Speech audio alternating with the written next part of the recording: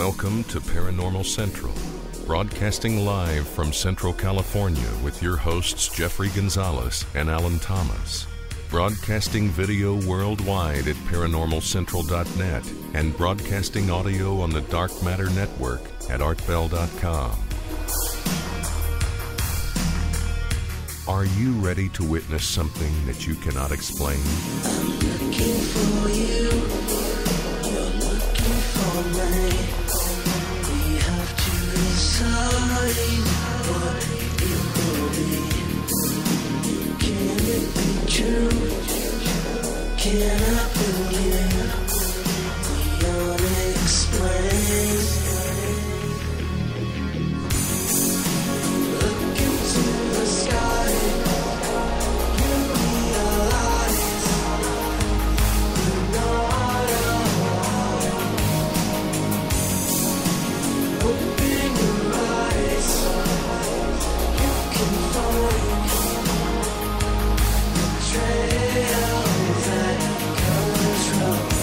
Hello everybody, welcome back to another episode of Paranormal Central, broadcasting live from the central part of California in the bottom left-hand corner of what they call the Nevada Triangle. Fresno, California would be the city. My name is Jeffrey Gonzalez. I am your host for the show. Also the founder of a group called the Sanger Paranormal Society. We are just not talk show hosts here. We are actually investigators. So I do have a team. Been over now going 11 years. So we investigate everything that's paranormal and we get into conspiracy theories. We talk about it all here. And I don't do this by myself. As you can see to my right, to your left, Alan Thomas, my co-host. Hi everyone. And men and womening the boards back in the corners of the studio is Emerald Bonilla, who's not feeling too good this morning today. So, all right, thank you for showing up wherever you may be. If you are watching us at livestream.com, then you are looking at us right now. If you are listening to us on the Dark Matter Network at artbell.com, you can go to the homepage and we will be talking to Danny Valderrama, our Squatch reporter, and he has sent them the photographs that we are going to be talking about tonight, so you can go straight there and look at them while we are talking to them. And like I said, if you are watching us at live stream, then I will put them up on the screen so you can see them here too as well. Thank you for showing up, guys. Appreciate it. Last week we had a killer show and we left out a lot of stuff. So we're going to go ahead and talk about that stuff today and get into a bunch of other good stuff. So sit back, relax. Hope you have a nice, warm, whatever you are having. It doesn't matter. We're going to go 3 hours tonight, just like every Sunday. At halfway through the show, we will take a break, about a 5-minute break for you guys who want to get up and go get something to eat or, go to the bathroom. And then we'll let you do that and then come back. So let's go ahead and contact Danny Valderrama. Mr. Valderrama, are you there? 3 hours. Yes, 3 hours. Crazy. I know, that's crazy, isn't it? That means we have to listen. Whoops. So, all right. So, Danny. So, how's it going? Pretty good. Well, tired. Yeah, I bet. I mean, you and Alan just are not having a good Thanksgiving. No, doesn't even seem like it. No. I don't know if you want to talk about it or not, but you were at the hospital. Yeah, my father-in-law had a pacemaker put in today. Did it come out okay? He's doing a lot better. Yeah. What's that? Did it come out okay? Yeah, he's doing a lot better. His heartbeat's normal. Oh no, he flatlined. What's that? Hello? Oh, shit. I swear I didn't do that.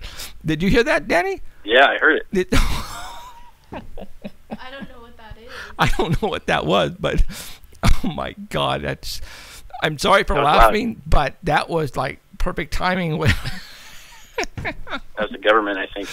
Jeez Louise, man, I tell you, the things that are happening to us, that's, I don't want to say funny, but man, that was weird. Oh, okay.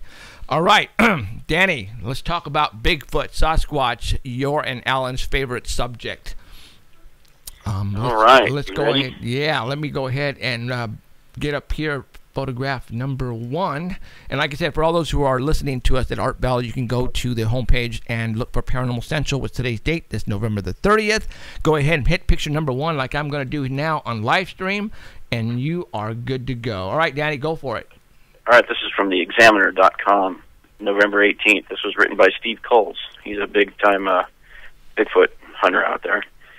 And what he noticed was during his research for his book, it's called What Would Sasquatch Do? He noticed a link between Bigfoot sightings and apple orchards. And in the 70s, when he was doing his research in Whitehall, New York, there were many sightings centered on the north side of Route 4 and Bear Road. And at that time in the 70s, there was a huge apple orchard there on the side of the road. And then in 1997, doing more research, he found out that, you remember that video of the baby swinging in the background? There was a couple near a campfire, and in the background you could see a baby Bigfoot jump up on a tree and start swinging and doing all kinds of acrobatics up there. Yes, I remember that one. What he found after his research was that right in that area was a big apple orchard, and also strawberries and blackberry bushes were in that area. Wow. And then in the 2000s, there was on the south, a big UFO flap on the south side of Route 4.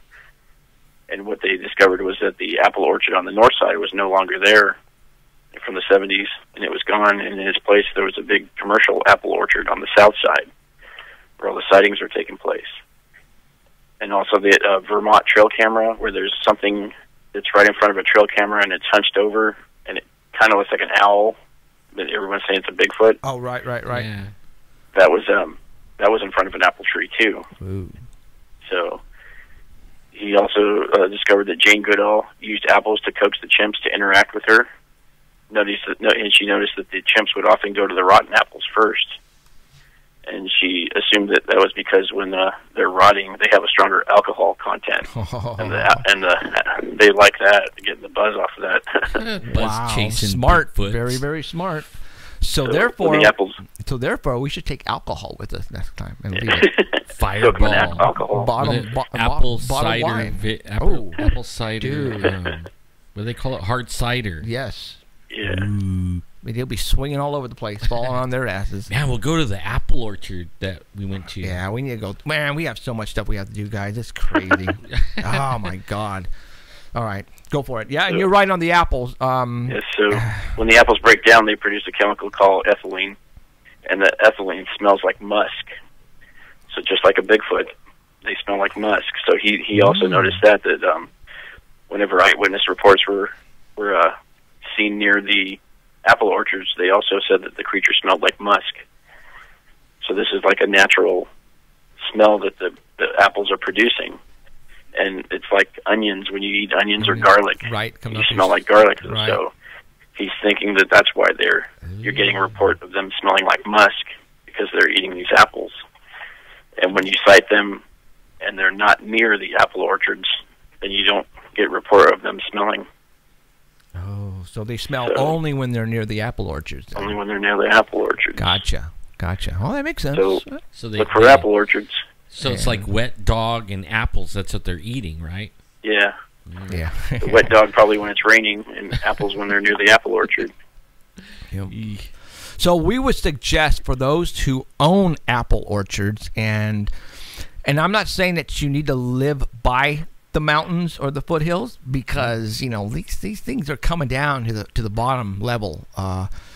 But once in a while, especially after a rainstorm. Now, I'm not a professional apple orchard. When do the apples come in season? Is it 2 times a year? I think they're like late fall. Late fall. So yeah, like right now. Right now. Okay.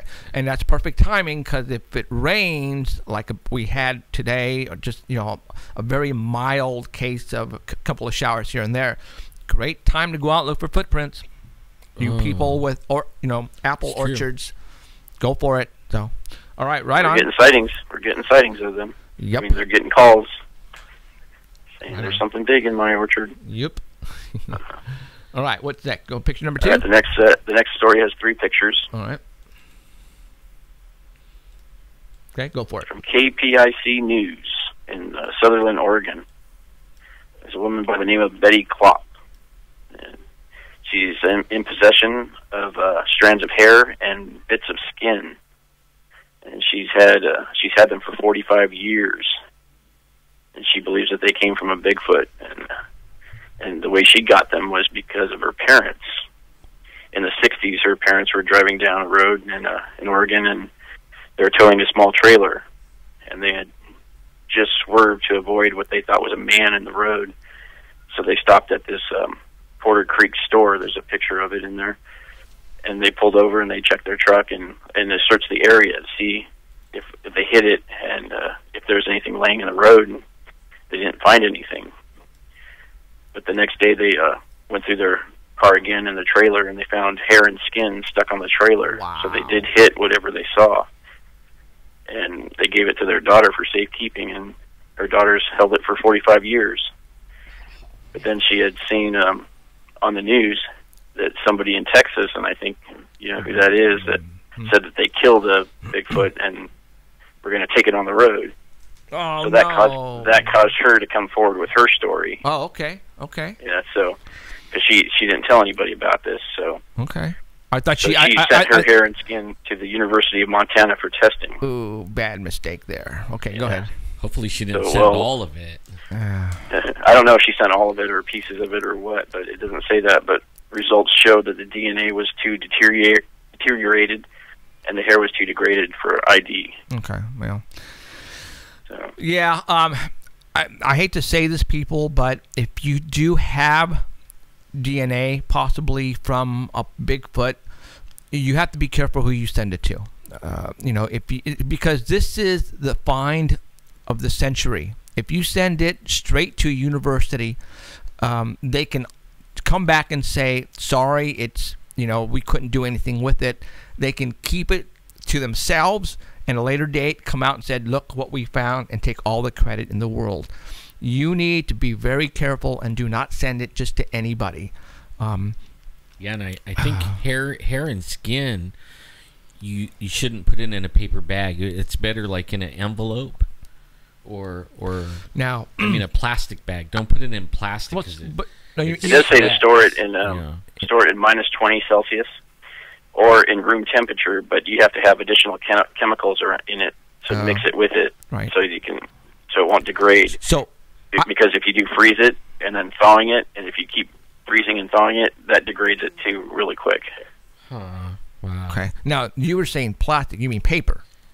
I heard paper. Yeah, put it in paper. Like an envelope. Now, but not in plastic because it sweats. Right. And If we go back to the picture of the lady at the table. I'm sorry. Hold on. Where is it? Looks like she had a lot of hair there. Yeah, but I could have sworn I just saw a plastic bag. Or was I? I guess was I looks tripping? like they had it laid out and she took pictures of it. Okay, I thought it was like okay. I thought I was tripping. All right, okay. Anyways, but yeah, I've heard the same thing. Paper bag. Yes, you're right. Yeah. Mm-hmm. No, right on. Well, you know, so much for that. Yeah. Well, too bad she had like skin, and it's not I know. good. That's crazy. All right, got the map up here. All right, this is from Debbie Crossley Hatswell, and this is a new site to me. British Bigfoot Research page or group in Facebook, and it's run by Adam Bird. He always does a really good job. And for the group, Debbie has compiled reports and talked to eyewitnesses, and she came up with this map here. And this map shows Scotland, Ireland, and England. And it's all the reported sightings on this map. And through all these reported sightings, she's discovered travel routes, and she sees patterns forming in straight lines and small clusters of groups on there. So they now know where to go look for these creatures. Well, okay, I'm looking at this, and it's an island, right? I'm so I don't know how they would get there. Yes, and if that's the case, then, you know, if you get 100 people and go on this island, start from one end and work your way to the other side, wouldn't you think you'd run into one? Don't they I think it's pretty bigger, a lot bigger than the map shows. But. Right. But no, regardless, though, I mean... Don't they have an underground or underwater tunnel tube thing where the train... Maybe it rode a train.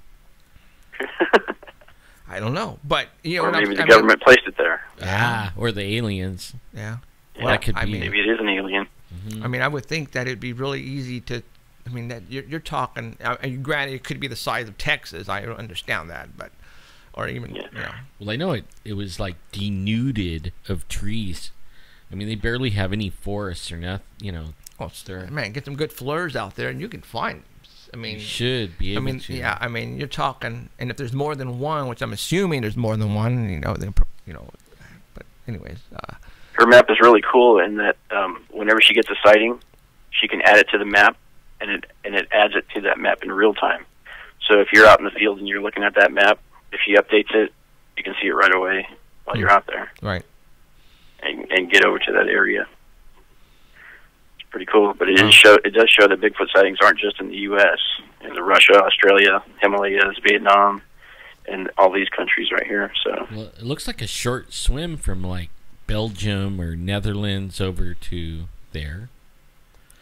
we do know they're good swimmers. But Yeah. Yeah. maybe they are on holiday.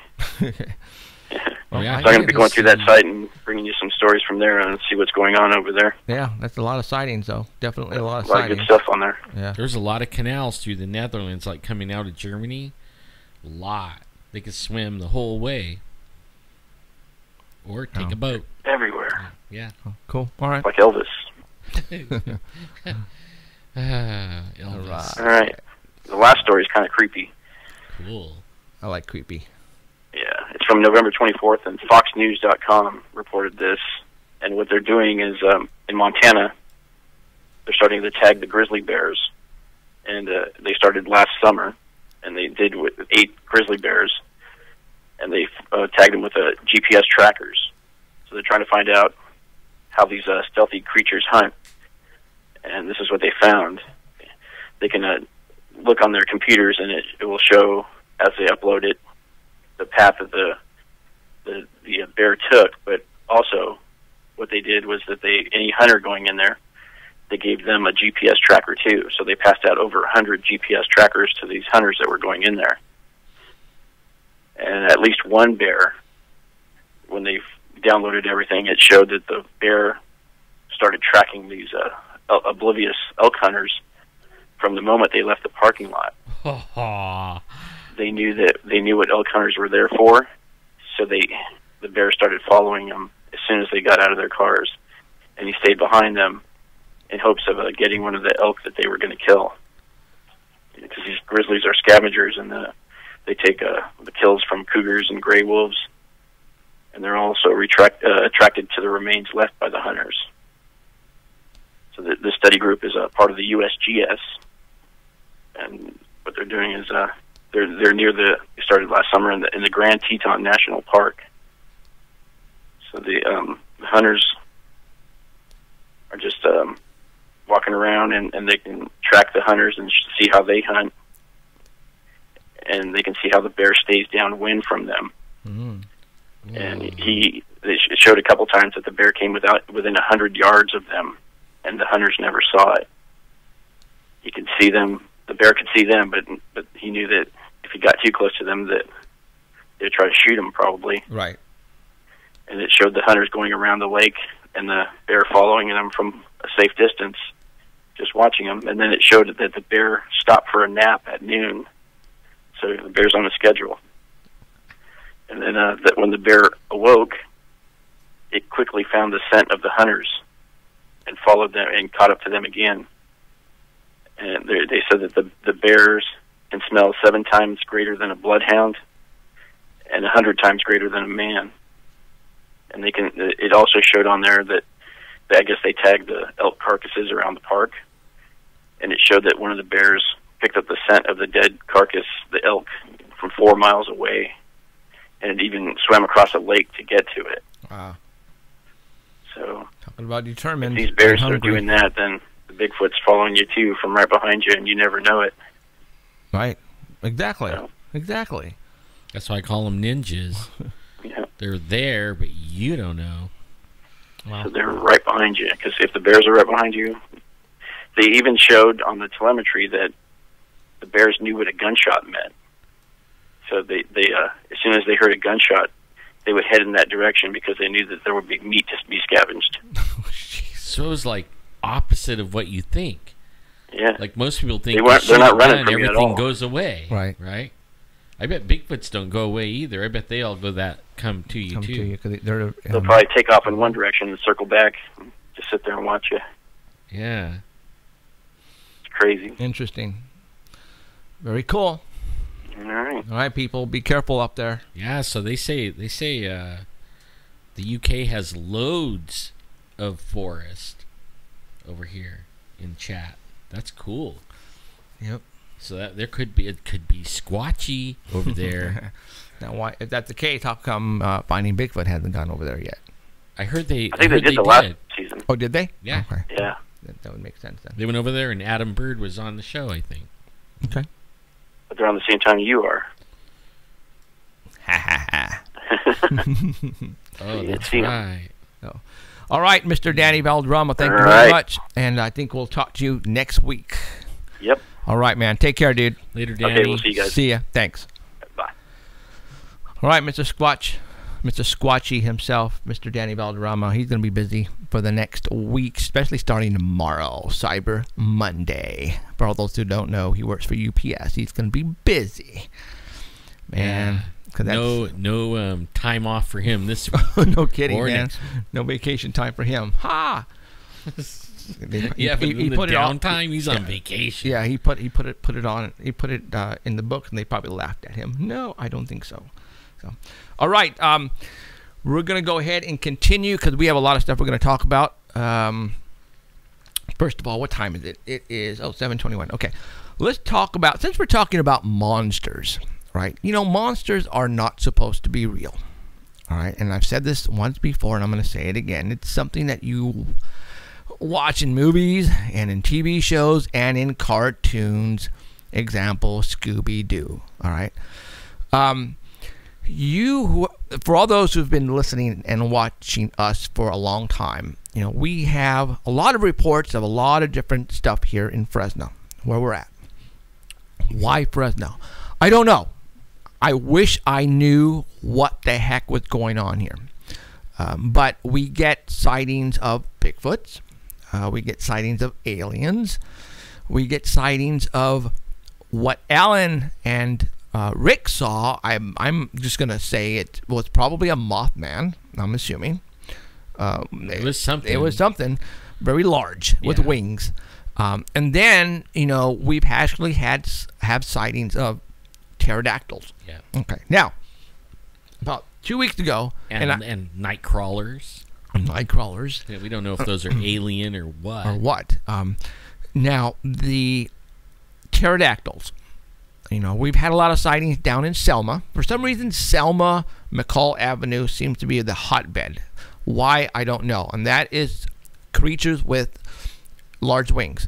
I got an email or a message, sent to me, and I forgot who it was. And if you're watching right now, I want to thank you. But he decided to go do some research, and he pulled up a couple of news articles. And what I'm going to do right now is I'm going to show them on the live stream. And let's see, what would they be? Let's go this one first. Now let's do the next one here real quick. All right, so I'm going to go ahead and just put this on the screen without us. He actually went and pulled this off the Los Angeles Herald. And you know what? Let me get the exact date from the actual one here. And that is the date we're talking, crapola, is August 5th of 1891. That's when this article was published. Now, what I'm going to do is I'm going to zero in, and they're talking about pterodactyls. And they're talking about Selma, California. In 1891. In 1891, in the LA Times, in the LA Herald.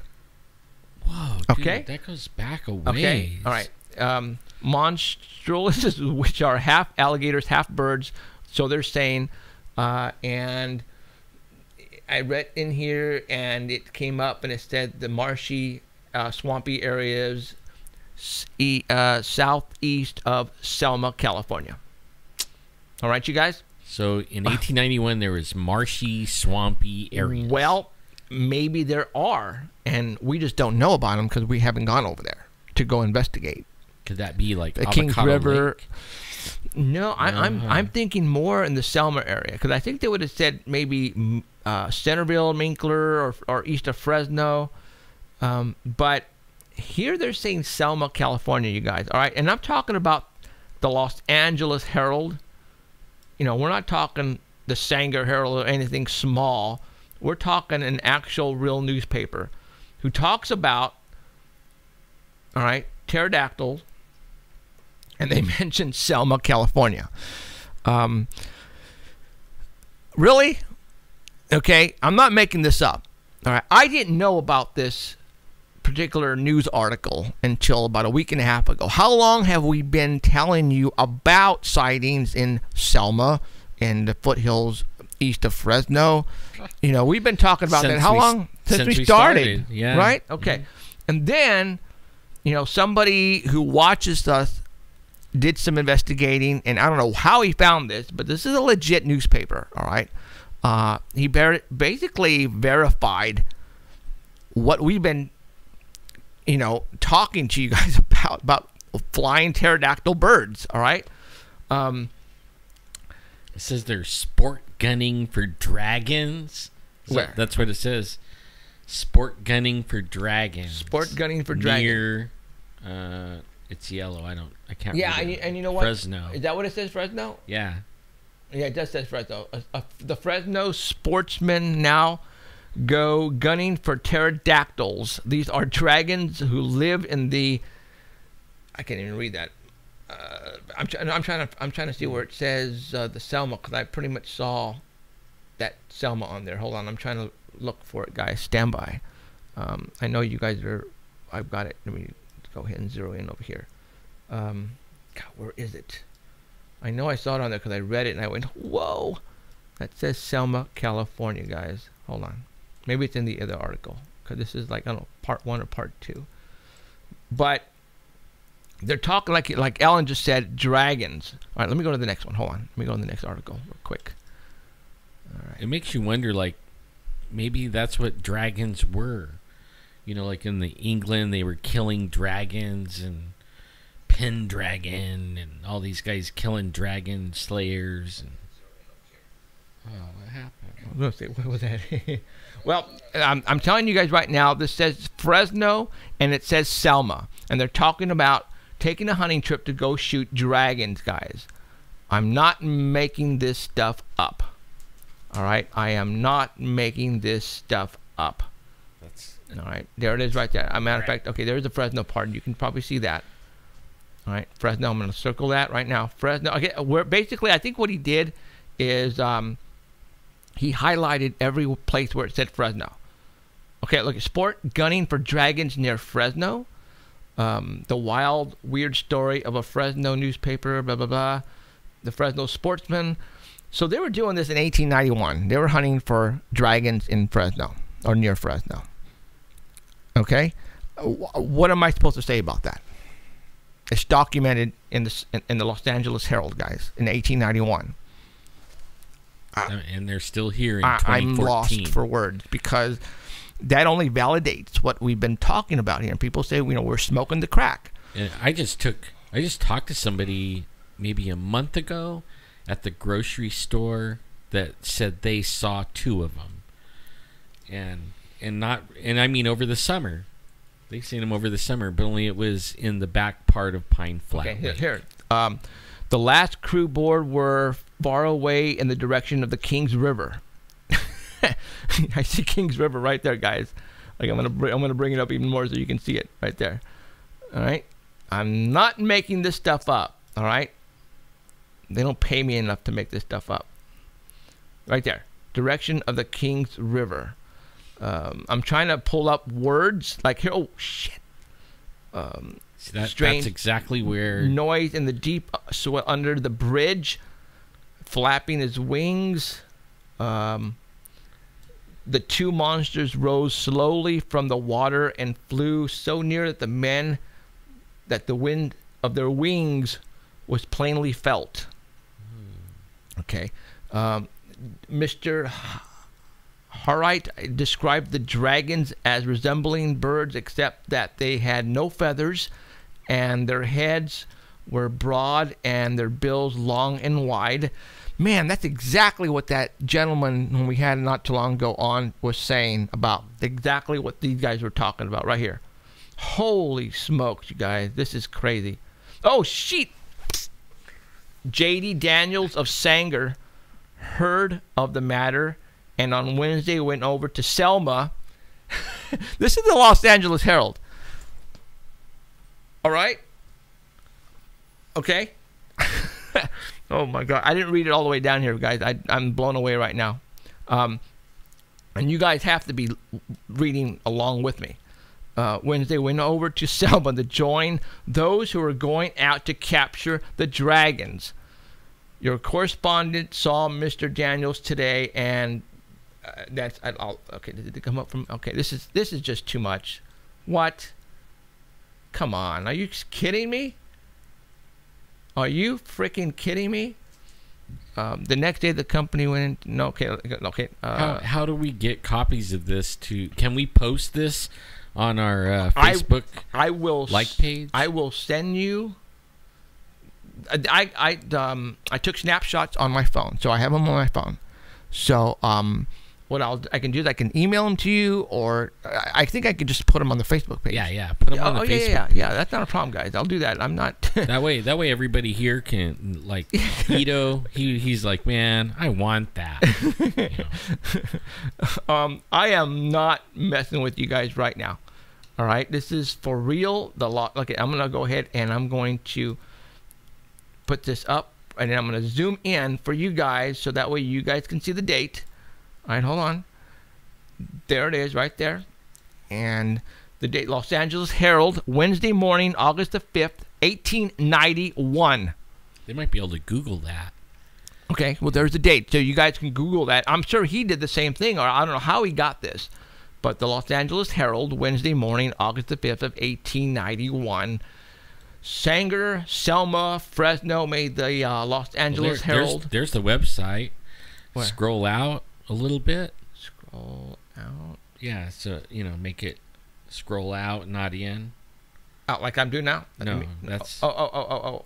At the very top of the page. See it? There you go. I saw it on here. Let me zoom in on that. I love this high def. I can finally read it. I can read it on this. Okay, I am zooming in for you guys the actual, what it says, cdnc.ucr.edu. Does that make any sense? Leave it up for a minute. Okay. Let them all copy that down. Yeah. Okay. Does this... Is it April 1st? No, guys. I'm not messing with you guys. This is legit stuff. It's August. This is August the 5th. Yeah. Of 1891. I'm not messing with you guys. We don't lie here on this show. We have some killer fans who like to go out and help us out once in a while. And sure enough, this person did that today.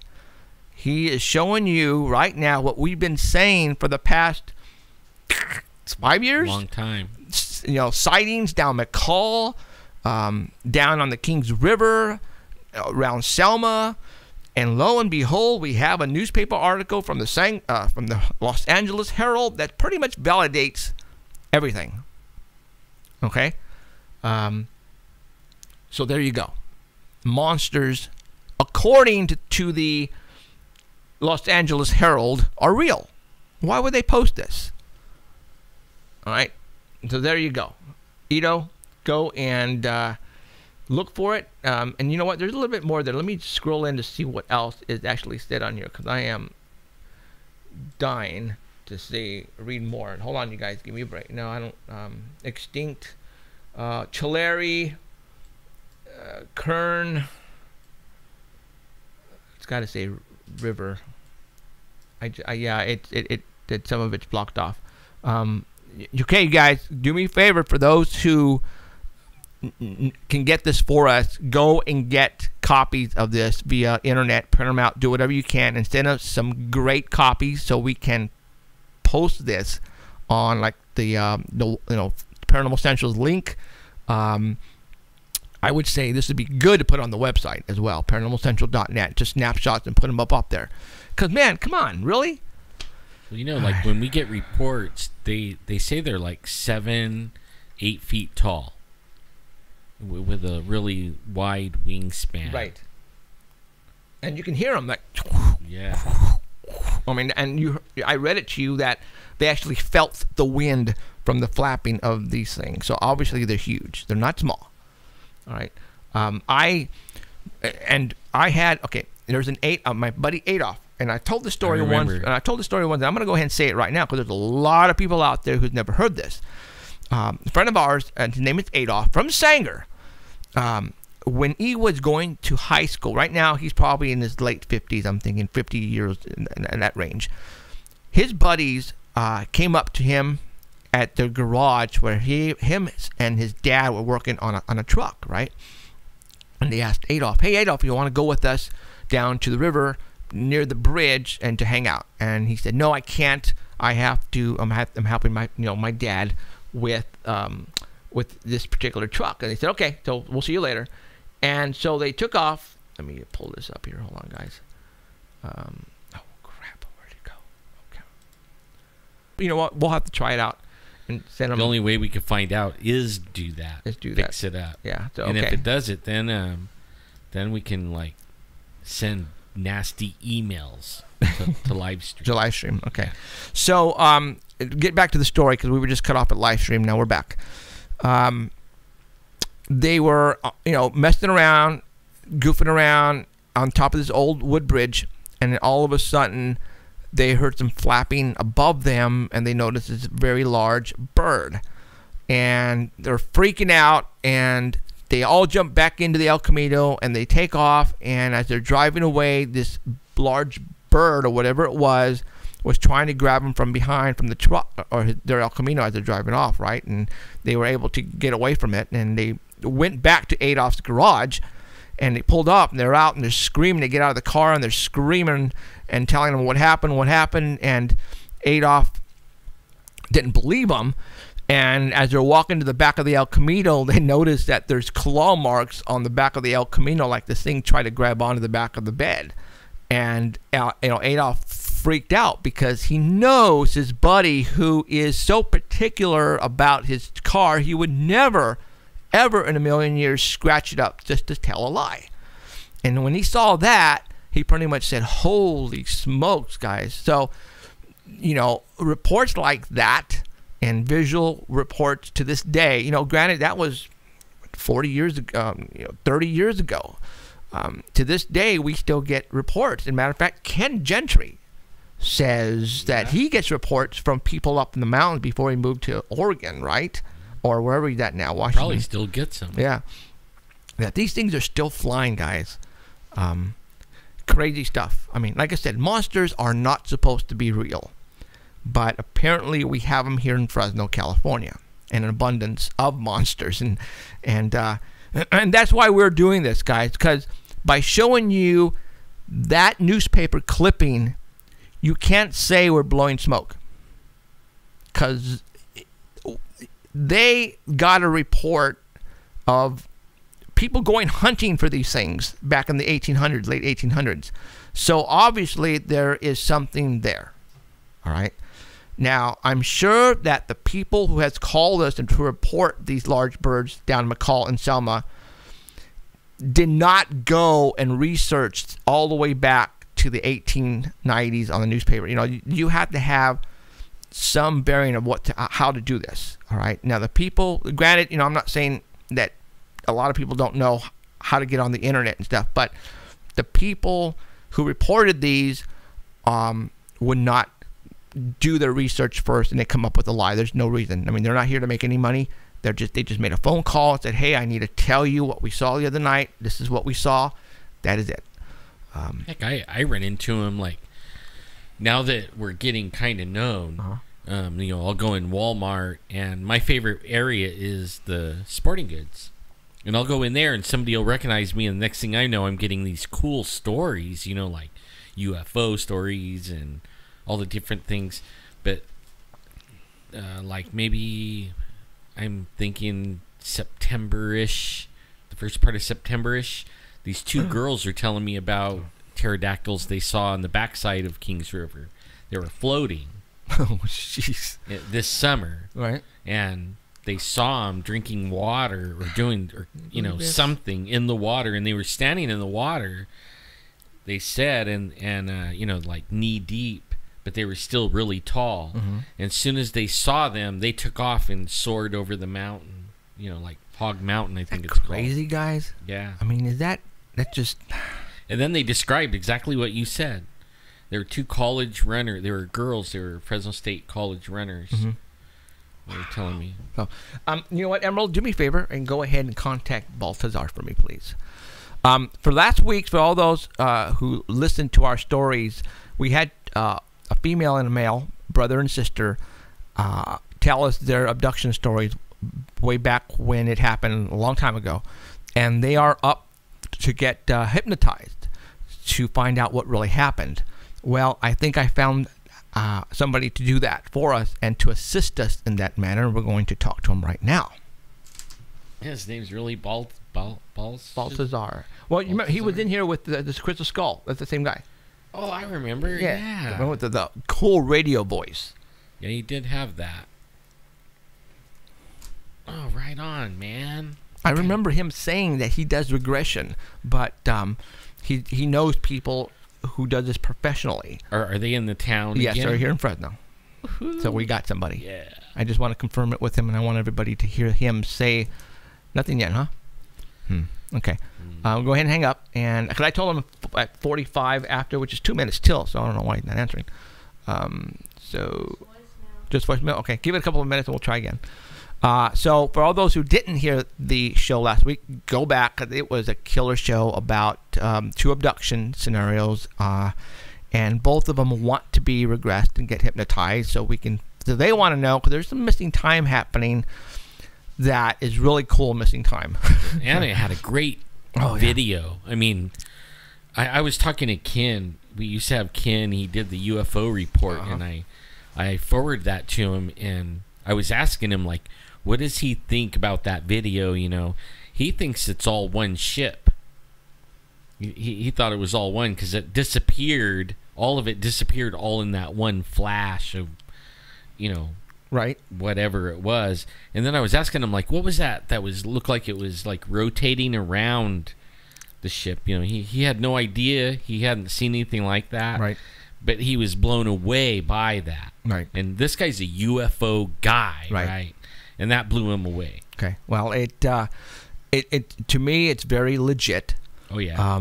And this is what I mean by people coming out, even though this particular video was on YouTube for God knows how long, how many years? 4 years. Yeah. Something like that. Yeah. So it's been on there, and there are thousands of UFO videos out there. You don't know what's real and what's not, but when you get the person who took the video and then get them on our show and talk about what has happened to her in the past, and it's legit. And I basically pointed out that it looks like the thing took off using Star Trek terms, warp speed, and broke the sound barrier. And that's what the video shows. So, okay, we're going to get Baltazar on right now. Baltazar. Hello. What's going on? How you doing? Good, man. How about yourself? Good. Just getting ready for the holidays. Sweet. What are you doing? Putting up lights? Yep. I knew it. Don't pull off the roof, dude. Yeah, no, I'm done. We're done for the evening. Our house is surrounded in candy cane. Right on. So, hey, I gave you, and the reason why I brought you on is because I'd like to, when I say I'm going to do something, and on this show, I want to back it up with, yes, you know what I'm saying, and that's why I wanted you to come on here, because I don't remember when I heard you talk about this. I don't know if it was during that time you were here, but you told me that you did, you hypnotize people, or you knew somebody who does that. Yeah, I've done hypnosis as a therapist in order to get through grief, different types of trauma. However, to do hypnosis, like regression stuff, I haven't touched it yet. However, I know 3 or 4 therapists and psychologists who do. Okay. And do it for a living. Right on. Okay. And they're here in Fresno? Yes, they are. Yeah. That's what I'm talking about, brother. Yeah. Okay. Yeah. And you know, and the thing about it, too, is, you know, when we do this type of research, hold on, I'm putting my earpiece in. Hold on. Okay, no problem.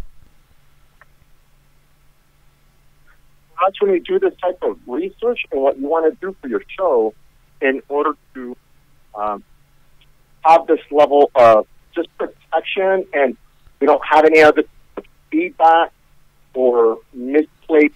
You know what? You know what, Baltazar? I think it's better if it didn't use the headset or the Bluetooth. Okay, let me get off. Yeah. All of a sudden, he started talking slow motion. Okay. Yeah. You there? Yeah, Okay. right here. Yeah, there you go. Oh, yeah, yeah, a lot better. better. So, okay, go for it. So, in order to keep a level of protection and ethical value, in that we want to be able to make sure that those that are going to be taking part in this we call it any type of research or work, that they don't know anything about it. So Gotcha. they can go into it without being what we call front-loaded. They don't go into it without any preconceived notions of what they're going to be coming forward, you know? Perfect. Okay. And it keeps it fresh that way, too. Absolutely. And it keeps it gives that ethical value. It really does. Yes, absolutely. You know, and you're talking about the people who are going to do the hypnosis on these abductees, that they don't know anything about the story that they're going to want to, come up, try to figure out what happened to them, those particular stories. Right. Okay. So, and that makes perfect sense. That would actually help and legitimize the whole thing.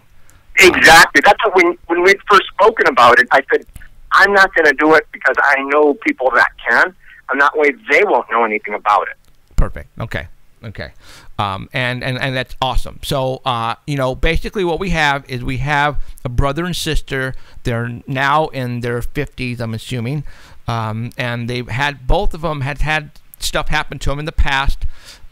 And very, it's raining, very particular incidents that happened to, especially the brother, that I think it's going to blow a lot of people. Now, we've already got permission from both of them. They want to do this live on TV. Wow. Okay. So, and that's going to be one of the episodes that we're going to film for our TV show.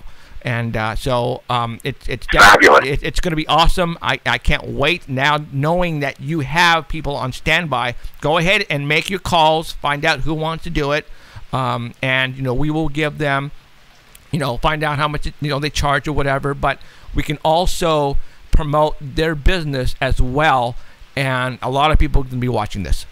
Yeah, exactly. And there's a lot of folks who do this level of work. Yes, they're interested in some type of financial gain. However, a lot of them are really interested in helping folks. Good.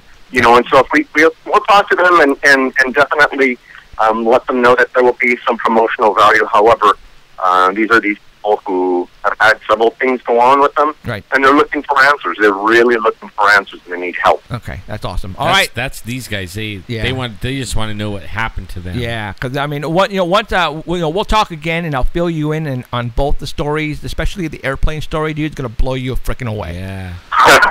All right. So they were flying in an airplane. They saw this thing pull up beside of them. Their mother, their stepdad. Their dad, stepmother, and he was like 15. They started screaming. They saw it. Boom. They don't even remember getting home.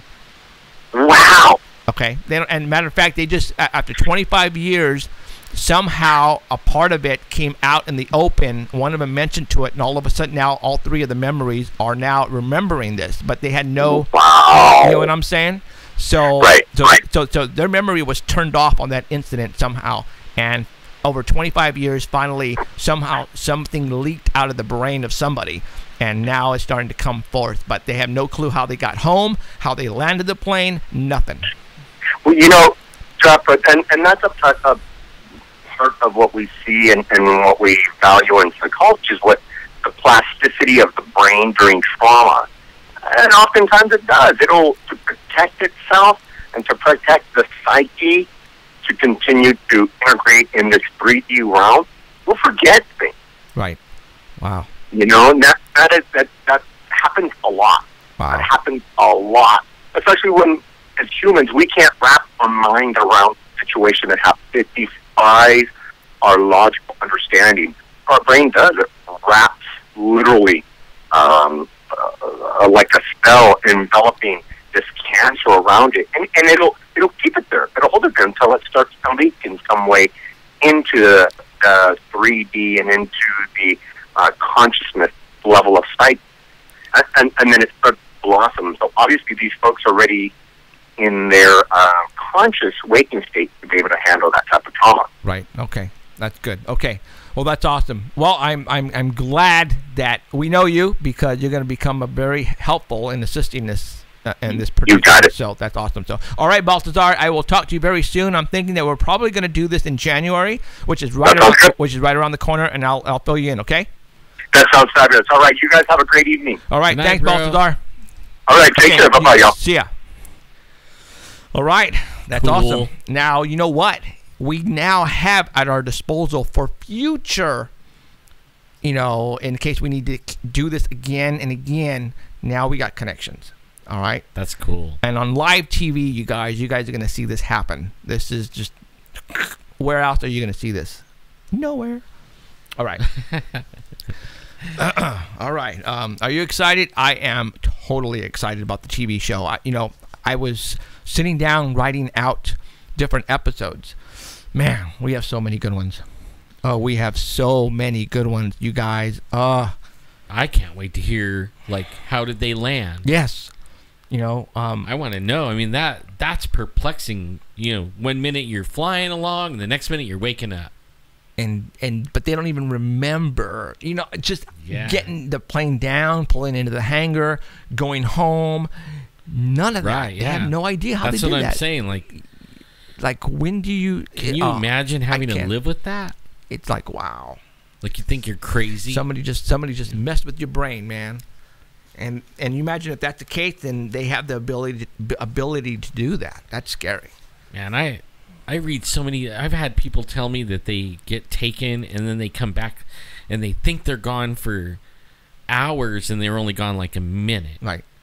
And then you have the other ones that think they're only gone a minute, and they're gone for hours, you know. Right. Now, It's like they don't even know how long. They could have been days. Now, you know, let's talk about that a little bit further. Is, you know, we're talking... I mean, what if they all didn't come to until like 3 days later or something? You know, yeah. And they didn't even know that 3 days went basically by. they're walking right? around like zombies, man. I mean, they're doing what their program. We're talking Men in Black, Right. the movie, Will Smith with a pen. You know, Oh, that's cool. you know I what I'm want saying? one. You know what I'm saying? That's basically what happened to them. Is their memory was erased at that particular time.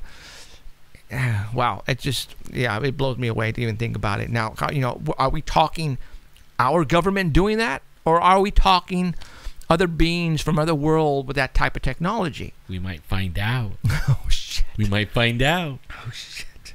Okay. Woo! All right. All right. Let's continue Giving on me with goosebumps. the list of stuff that we have here. You know, we in a week, a lot of things happened, and it's kind of hard to write down and talk about all of the stuff because, you know, we could be here forever. So what we do is we pick out the best stuff. And, you know, the stuff that we talk about on here is conspiracy theories and monsters and ghosts and all that kind of good stuff.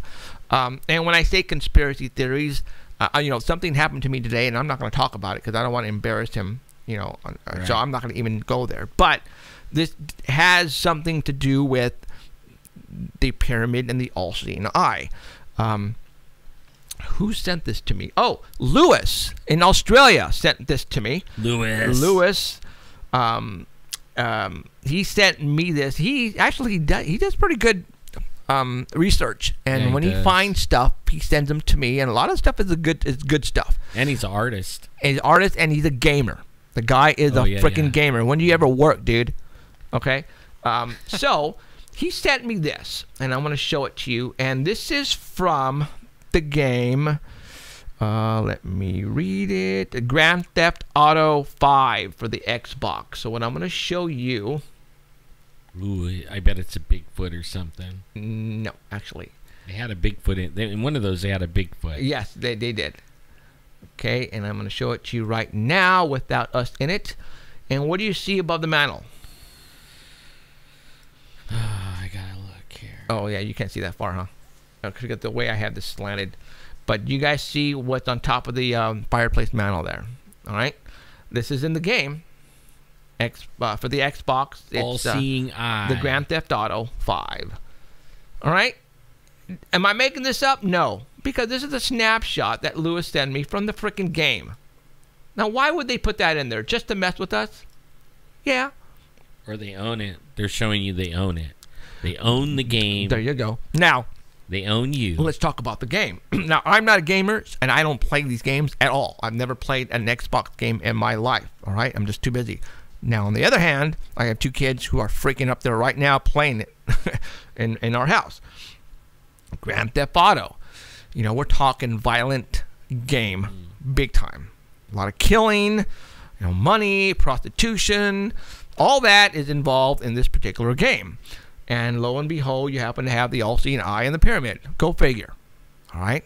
I'm just showing you this because there it is. I'm not making this stuff up. I wish I was, but I'm not. Okay? Man, that looks real, too. Like a real picture. A real kinda picture, like the real person, huh? It's all Yeah. freaking, animation. It's crazy how they put all this stuff on a disc. It just blows me away. Blows me away. So, okay. I wanted to show you that because I figured, you know what? I'm going to freak you out. And I hope I did. All right. Where are we at? It's time. We are still... Okay, we got 30 minutes to break for halftime here. Let's talk about... And Katy Perry's doing her halftime show. No, I'm just kidding. Yeah, actually, yeah. I guess we can go ahead and do that right now. As you know, my Katy girlfriend... Perry is doing our halftime show. I'm just kidding. As you know, my girlfriend got chosen, or they chose, probably paid a bunch of money to do the halftime show at the Super Bowl for this year, which will be in January. And Katy Perry is doing it with Pepsi as the sponsor. And from what I understand, it just so happens that I happen to like both Katy Perry and Pepsi a whole lot. I'm a Pepsi-holic. Go figure, guys. All right. They put out a teaser on YouTube of Katy Perry talking. Now, I'm going to go ahead and play this. And unfortunately, I think Alan's going to probably have to cut this out of the when you put it on YouTube, because this is from YouTube. But it's a commercial, so would it matter? I don't know. Okay. I have no idea. Okay. So, I'll cut it out just because. Just because you cut it out. 'Cause So it isn't so much that that it can't be in there. They shut that video off where nobody could see it throughout the whole world. See what I mean? And nobody can view it. So I'll cut that little piece out before I let them cut the whole show off. Got it. Okay. For the week. All right. So what I'm going to do right now is I'm going to play you the audio for the Art Bell people so they can listen. YouTube is now playing Copyright Cop, and I think they should stop doing that. But hey, so it's all about the money. Let me find Katy Perry. They're the all-seeing eye right now. Yeah, let me find Katy Perry teaser. All right, so I am going to, and I'm going to play you the video. So if you just stand by with me, I'm going to make sure everybody gets to listen. If you're on live stream, you're going to actually watch the video. But if you're listening to Art Bell on Dark Matter Network, you'll be able to listen to the audio. So how about those Raiders? Oh, jeez. I had to say that. I don't watch football, but man, they got smashed. What was the score? 50-something to nothing. Ouch. Yeah, they got. I think they were on a big high from last week when they won that show against the Chiefs. I would say that they got bad coaches, but I don't watch football, so I don't know. Okay, why is this just spinning? I'm not really a fan of it, to tell you the truth. I actually, I'm a conspiracy guy, so I think all these games, all of them, basketball, baseball, They're all rigged, huh? every single one of them, and there's guys in Vegas, and I know about gambling a lot, and there's guys in Vegas that are sitting there making a mint off of that 50-0 right there. They bet on the long shot odds, and now somebody is a billionaire because of it. Pull it up here. You watch. I bet if you went and checked that out, Googled that, I bet you a couple of people hit really big. Okay, for some reason on my phone right now, it's not. Okay, wait a minute. Here it comes. See, it's not letting me pull it up. It's like the signal's not that good. Now the signal's great. Okay, what I'm going to do is just going to talk through it for those people on the Art Bell really quick, and then on the live stream, you're going to be able to see it with audio. All right, you guys. All right, here we go. Stand by, and I am going to play the Katy Perry video, which is, that's just the way it is, because our show is on Sundays, and we're still there. And the Super Bowl is usually on Sunday because it's Super Bowl Sunday. So for all those who want to look at the video, go back and just Google Katy Perry Super Bowl teaser for 2015 on YouTube, and you can find the video and you can watch it anytime you want. But it's going to be interesting. She really believes in aliens. I've heard her say that. Matter of fact, she actually has written a song called E.T. And so she really does believe in that stuff. A lot of her videos are Illuminati triangles, all-seeing eye, a lot of symbolisms, and I mean a lot.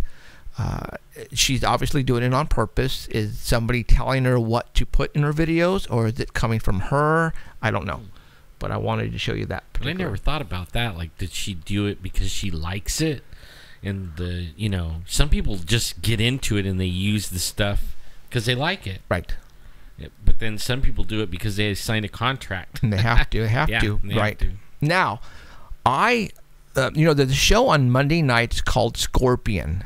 It's a great show, and I recommend all those out there who don't know what I'm talking about to watch it. It's already been on. This is probably the 5th episode or 6th episode. It's on at 9 o'clock, I believe, or 10 o'clock. 9 o'clock on Monday nights. It's called Scorpion.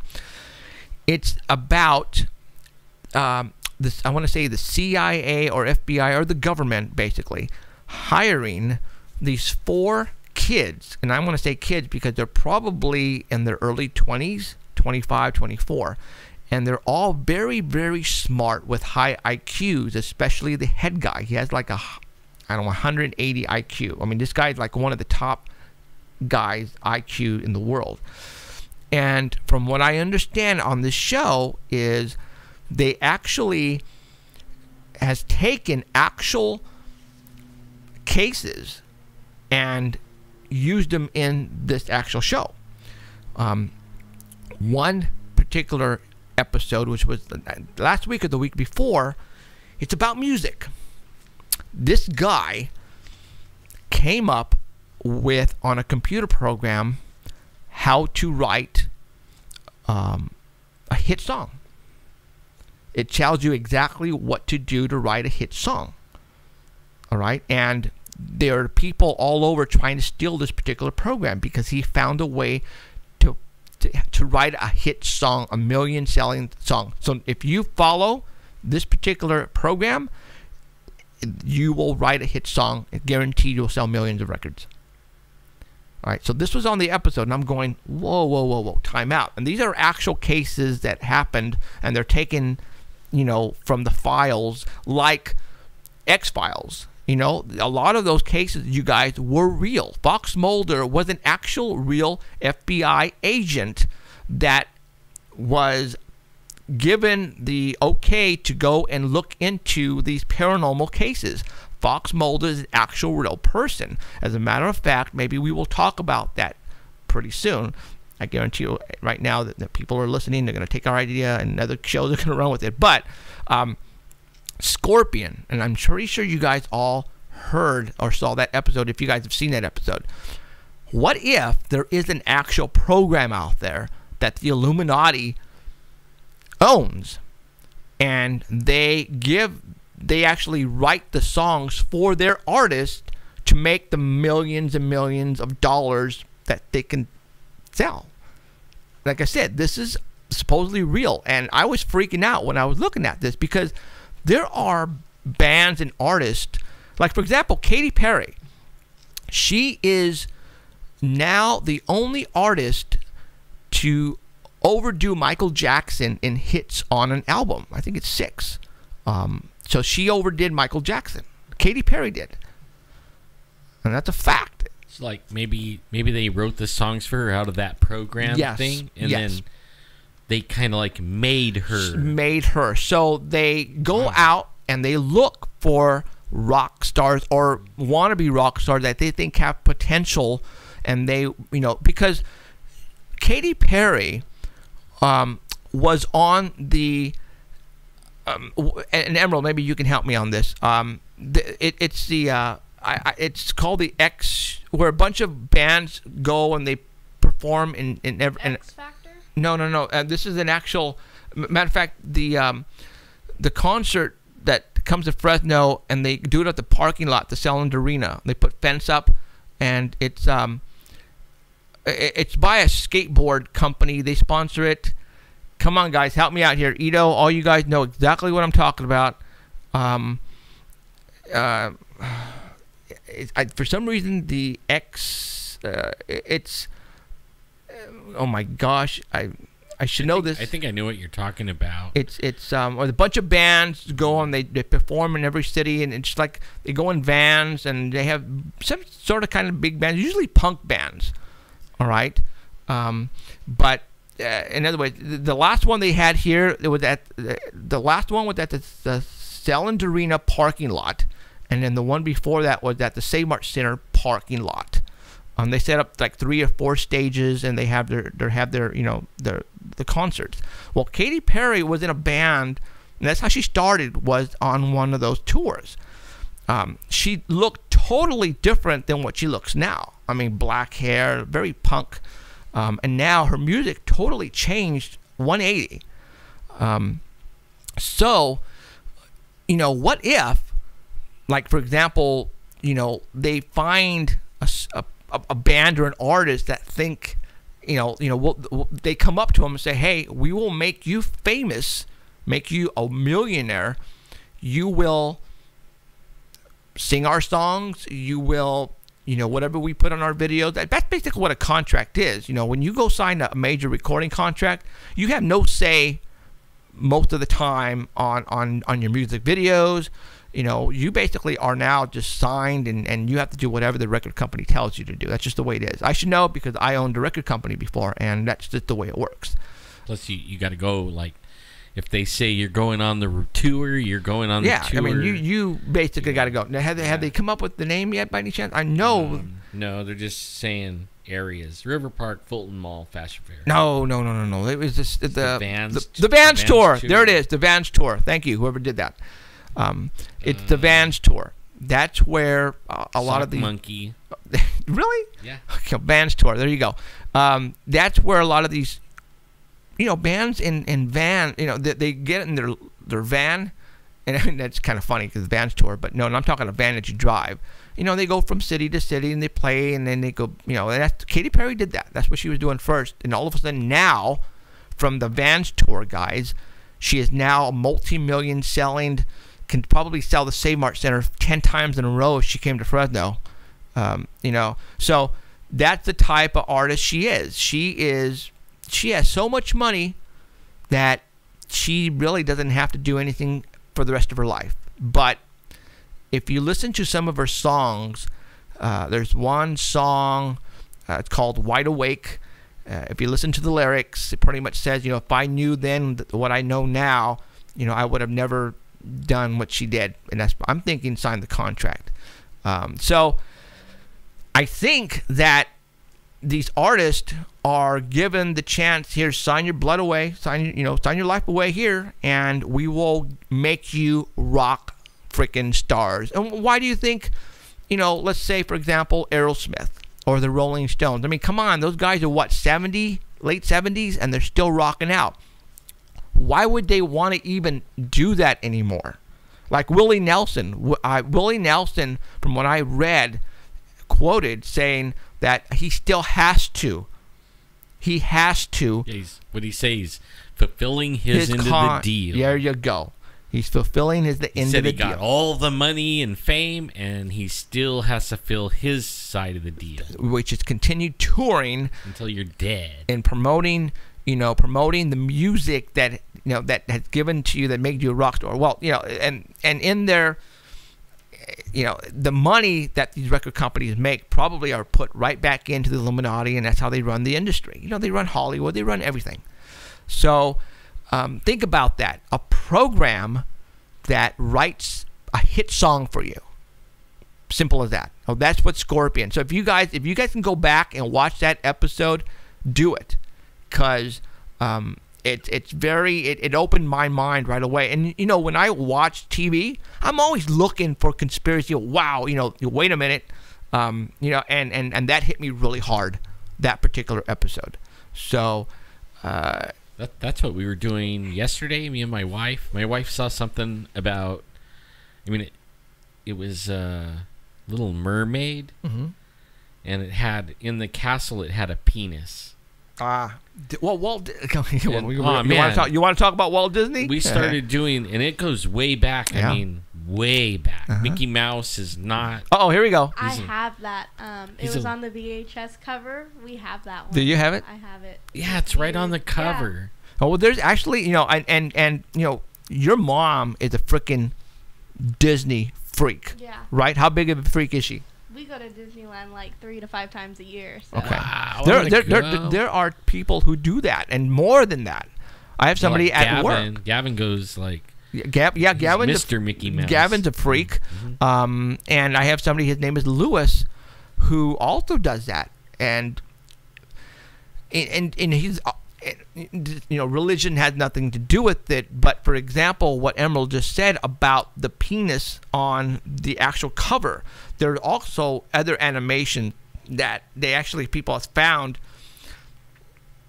Yeah, like it's the little mouse, the 2 little mice, and they're like flying through the town, and they're going through the city. Rescuers. Yeah, and then in one of the windows is a topless lady. Oh. Yeah. And it's a real picture. It's not a drawing, right? Right.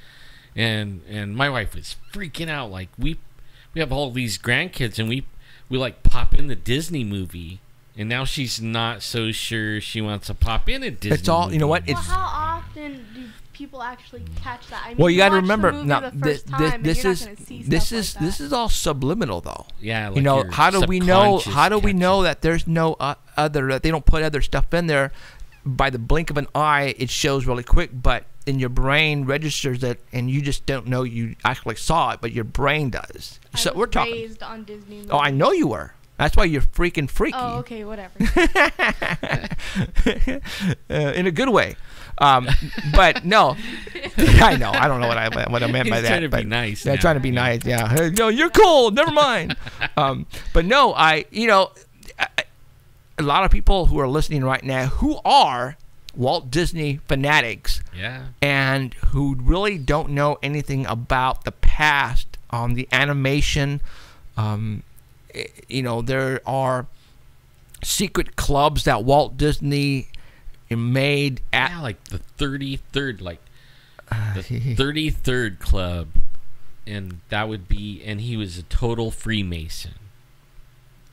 I really, after my wife was showing me this stuff, I started checking into him. Okay, good.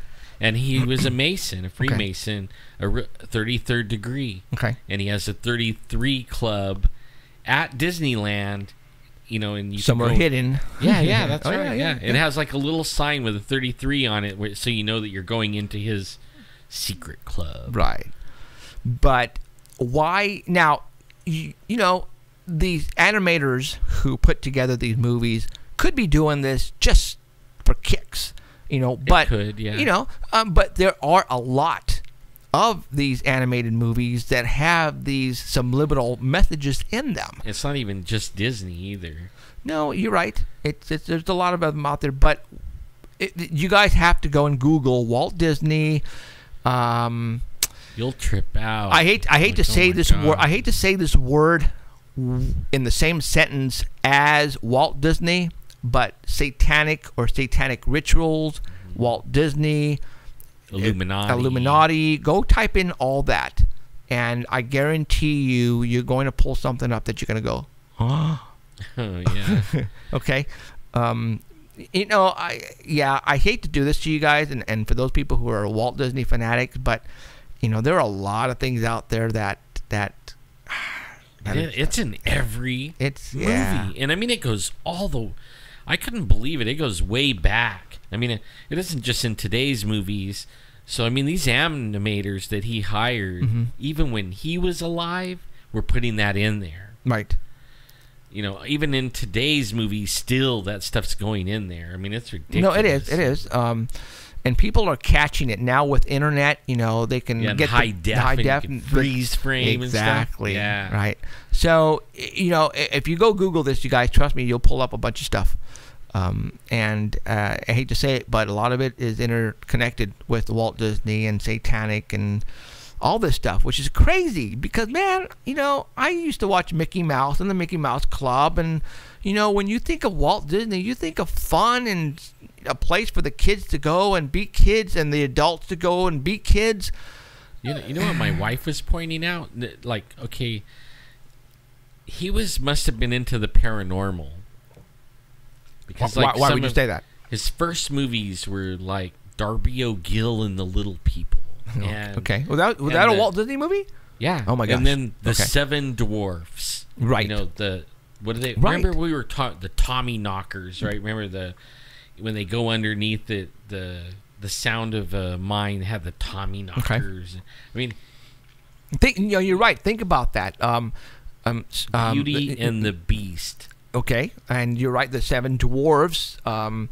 Littlest Mermaid. I mean, you could keep on going. I mean, that's the crazy part. All that has a paranormal connection. Yeah. You're right. It does, guys. So, just like mythology, and we've talked about this with Emerald, because that happens to be right up Emerald's alley. It's, mythology and Zeus. As a matter of fact, we just saw Noah, the new movie. We bought it on demand. I know. No. Wait. This is concerning the Book of Enoch. It's like it had some very scientific stuff in there, and I don't want to say aliens, but there's some crazy stuff going on in this movie that I was sitting down watching it with Cheryl Diane, whatever her name is, and we're like, "Are you kidding me?" It's just like they're trying to tell us something in this particular book. All right, it was blowing us away. It did. It was very paranormal. This particular movie of Noah, the new one, guys, go see it if you can get it on demand or go rent it. Go see Noah, the one with what's his face in it. I don't remember his name, but it's very paranormal. Trust me when I say there's rock people in it. There's rock people? You mean like rock and roll or rock? No, rock. That are the watchers of Noah. Oh. And help them build the ark. We're talking rock people. Building building the ark for Noah, and God put them here to assist Noah. Yeah, maybe it was Bigfoot's. No, go and for those people, trust me, go and watch the movie. You will freak out like we did. Okay, so all right, I can't wait to watch it now. Yeah, it blew us away. I was not expecting that, and I don't know why. It just Cheryl decided. All my friends told me don't go see that. It was dumb or something. It was dumb because if you are wanting to look at a Bible movie, this is not it. Right. That's okay, Emerald. This is not it. This is more up your alley where maybe, that could be real. You know what I'm saying? Even though it was about Noah, whatever. She's giving me the chicken hand. Now she's okay. Her face has been great over there. Yeah, so go see it for those people who are out there. If you get a chance, go see Noah, the new movie. I think she already saw it. They're coming out with like a Moses movie now. Like, it's just they're coming out with all these freaking religious movies. Well, actually, maybe they're trying to put a new twist in it, too. Like they did with Noah. Maybe they're just... Never mind. I'm not even going to go there. Go there. Brainwash. Go there. Dun, dun, dun. Go there. They couldn't get people by going door to door, so now they're throwing this shit at you in the movies. But they've been doing it with Star Wars for a long time. But see this Noah, it just... See, I can believe in the Force rather than the God. But, you know, rock people... Are you kidding me? In Noah, in a Bible story? Rock people or golems, no. they've been around for... No, I'm talking. Okay, and how do I describe rock people? Okay, do you remember? I can't yell at you right now. I know you can't. That's why I'm talking to you right now. I'm trying to resemble. We've had rock people in Pokemon, so they've been around. It's just a new take on it. The Watchers, I guess you can. But okay, don't mind Emerald. Go see the movie. Okay. So where are we at? We're at 23 minutes after the hour, and in about 2 minutes we're gonna go ahead and take a break, and we'll take a break for about 5 to 7 minutes. We will allow you to get up and go and do whatever you want in that time limit. That will give us opportunity. Go have a smoke. Look up. See if you see anything. Go walk the dog. Look up. Yeah. Go take the trash out, look up, and maybe you will see something. So there you go. Let me get ready here right now, because like I said, we still have some time away. We're going to take some... Oh, actually, Emerald is leaving here. She's going to be going home. She doesn't feel too good. So we got to move actually the equipment around. So it might take us more than a little bit than 5 minutes, because we have to move the computer and everything closer to Alan. Alan's going to put it on that desk over there where the coffee cup's at. And he's going to... you could just turn the desk and roll it over. I don't want it to be in your way. I think we'll just go ahead and... Oh, because we have to unplug it and stuff, huh? Yeah. Crapola. Oh, we'll figure it out. So, and then we'll just go. So, you know what? Let me just go ahead and pull up some on-hold music here. So we still... we got 90 minutes left, you guys. I have so much to show you and tell you guys. And then what we'll do is we're going to go ahead and take some calls at the very end. If you are calling and if your number comes up blocked, I am not going to answer it. And that goes for when you call my 24-hour hotline. Lately, I've been getting somebody who's been calling with a blocked number. And I think the last week when we had that person call in and we thought it was a joke, I think it was blocked number, wasn't it? Mm-hmm. Yeah.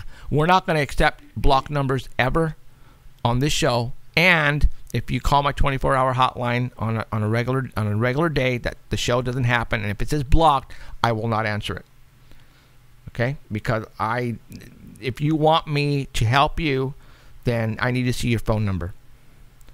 Because I got a feeling it's whatever you have or whatever you're calling about, you're basically pulling a fast one on us. So.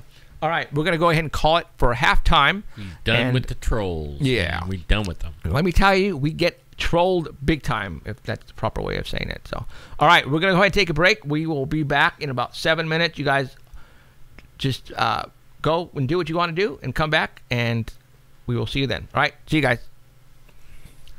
I'm trying to put up something on the screen here. I don't know what we're going to put up here. I usually have something, but... I don't know. Now, why is it CPU? Why is it going up? So I don't know. Okay. I don't know. That's crazy.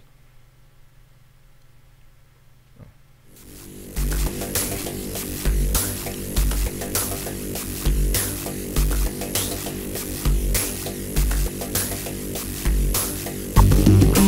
You think you're so smart, hiding from the ones who know you. But we see everything. Innocence never knew you. Drink what you're ignorance. Everything's gonna get better. Nothing is covered up. That will not be revealed.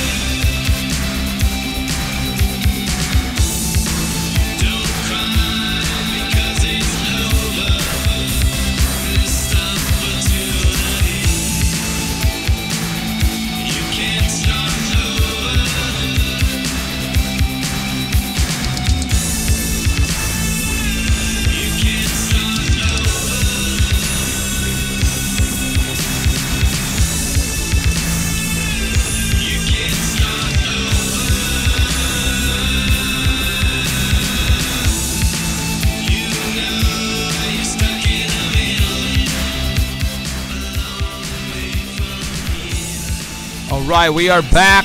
I hope everybody is back, comfy wherever they may be. In fact, I just found out that we have people listening right now in Australia and the Netherlands, and it's like 3 o'clock in the morning or something like that.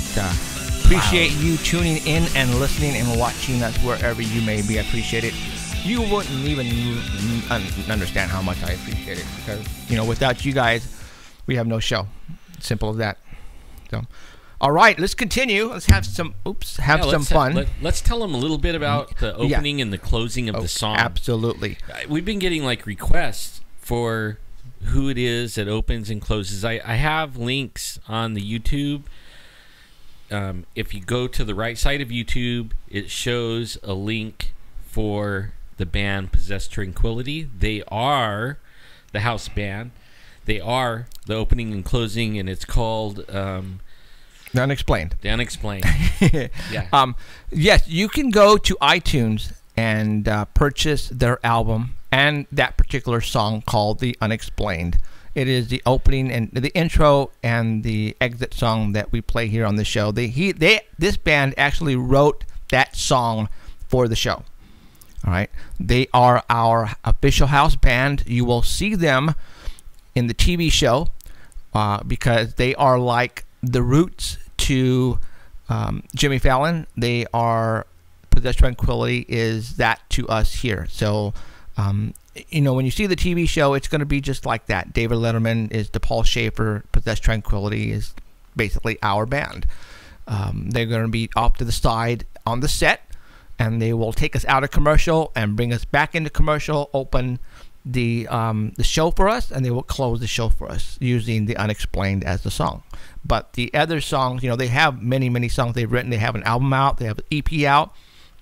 Go buy it, you guys. These guys are really good in what they do.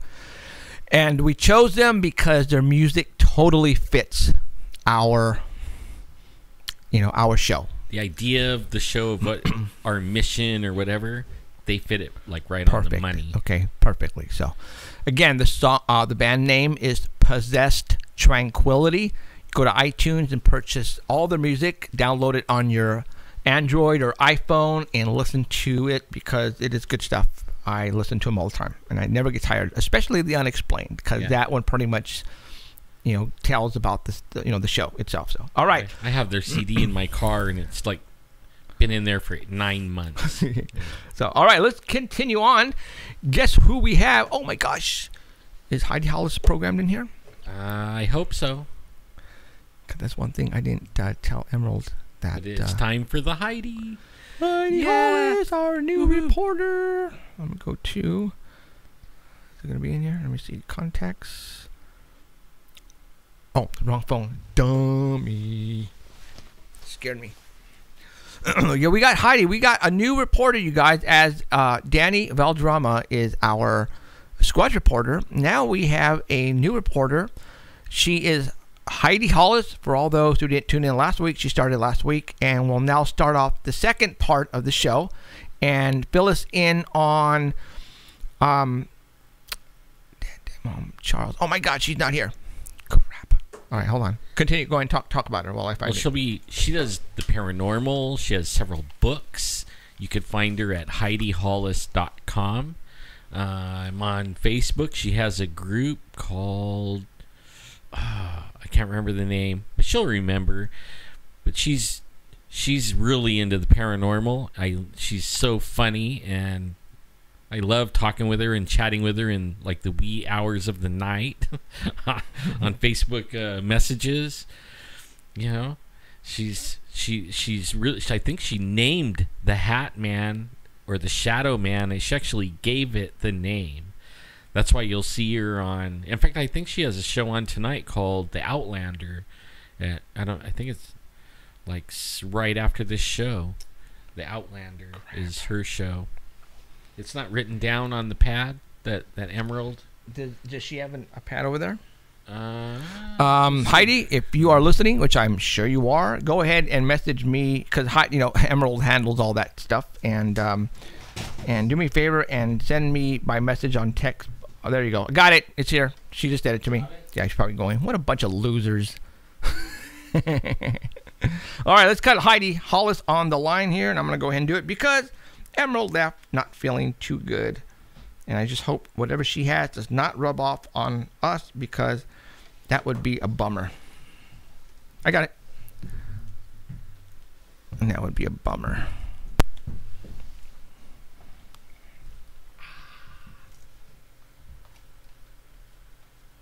Oh, I could hear everybody again. Well, good evening. Hello. Hi, Heidi. I was sitting here cracking up. I know. Aren't we professional here? Yeah. You know, we have all kinds of producers and directors and film cameramen here. Like we have 30, 40 people here. No, actually, I'm lying, you guys. We don't. No, we don't even have an emerald now. Yeah, we have no emerald. So it's just Ellen and myself in the whole big giant studio. So how's it going? No worries. Hey, you're sick, aren't you? Yes, I got the flu. What the hell? And I told you stop licking those doorknobs. Man, what's wrong with you? Yeah, that's what Jeff posts on my Facebook page. You gotta stop licking those doorknobs. I'm like, ew. So you're okay? I mean, your voice is up to par, and you're good enough to talk and all that. Yes. I'm good enough to chat and chew the fat with you guys. Right. In fact, what are you going to have on your show tonight on the Outlander? Oh, tonight is not the Outlander. I do it on Fridays. Oh. It's all good. Yeah, I know. It's I do it on Friday nights, 8 o'clock Central, and I took off for Thanksgiving, of course, so everybody can enjoy their turkey. Right. Right on. Yeah. All right. Did you guys have a good Thanksgiving? I did. I don't know about Al. Mine was okay. I mean, with the family, it was it was good. We had an in-law commit suicide, so it was kind of like that. Kind of put a little bit of a cloud over it. So, a little bit. Yeah. Wow. I'm so sorry to hear that. Yeah, it was sad. It really is. So now, all Thanksgivings from now on will have that memory attached to it. Kind of like, which kind of sucks, Oh, so. Okay, don't even think about that. Let's get into the paranormal. Heck, maybe she's here right now. Yeah, she could be here right now. So if something falls off the shelf. All right. Well, what I like to call this is odd advice with Heidi Hollis, because it is always weird out there, so I'm here. Sweet. But, I wanted to share with you guys something interesting that I sent it to you guys in an email so you could take a look at this video. I thought was really, really incredible. I cannot for the life of me pronounce this name. Volcano Popocatépetl in Mexico. Oh, okay. I saw that. I looked at that. It has really fast, though. I mean, it's like in fast motion. It looks like either a missile or something flies into the volcano and then it goes off. Something flies into the volcano. Now, this is an active volcano. It's located central Mexico, in two different states. I guess it's divided into Puebla and Morelos. And this thing is it's pretty active, constantly kind of moving and grooving. But they're videotaping, and lo and behold, they see something zap towards the volcano just before a massive explosion. And I sent you the link to that video because I was just like, that took a really good eye to catch that. I was like, dang. How many times do you have to watch that before you catch that? I couldn't even hardly see it, and they had it circled. Just at the last second when it goes into the crater or whatever you want to call it, the top of the volcano. And that's I saw this really quick, thing zip there, and that's all I could see. Yeah. And then boom, Yeah, it's like massive explosion. Massive. I mean, that just blew my mind when I saw it. And that just happened on November 21st, so that was pretty cool. And also, now, I like to mix it up because I just think it's so cool when you hear of somebody that's a known name out there that has seen something out of the ordinary. Dennis Kucinich, who is a U.S. congressman, and he was once a presidential candidate, claims to have seen a UFO. Now, he put this in Shirley MacLaine's newer book, Saging While Aging, and I'm going to give a quote here. This is in her book. For those that are following along, page 143. He writes to her and says, I had a close sighting over my home in Graham, Washington when I lived there. Dennis found his encounter extremely moving. The smell of roses drew him out to my balcony where, when I looked up, he saw a gigantic triangular craft silent and observing him. It hovered soundless for 10 minutes or so and sped away with a speed he couldn't comprehend. He said he felt a connection in his heart and head. Oh, and he heard directions in his mind. Now, what did that direction tell him to go run for president? I don't know. But it's, what's interesting to me, okay, what is that name I'm trying to think of? There is the smell of roses that's associated with sightings of Mary. Have you guys heard of this before, especially associated with the Catholic Church? Yes. I actually... I know what you have it. What is that called again?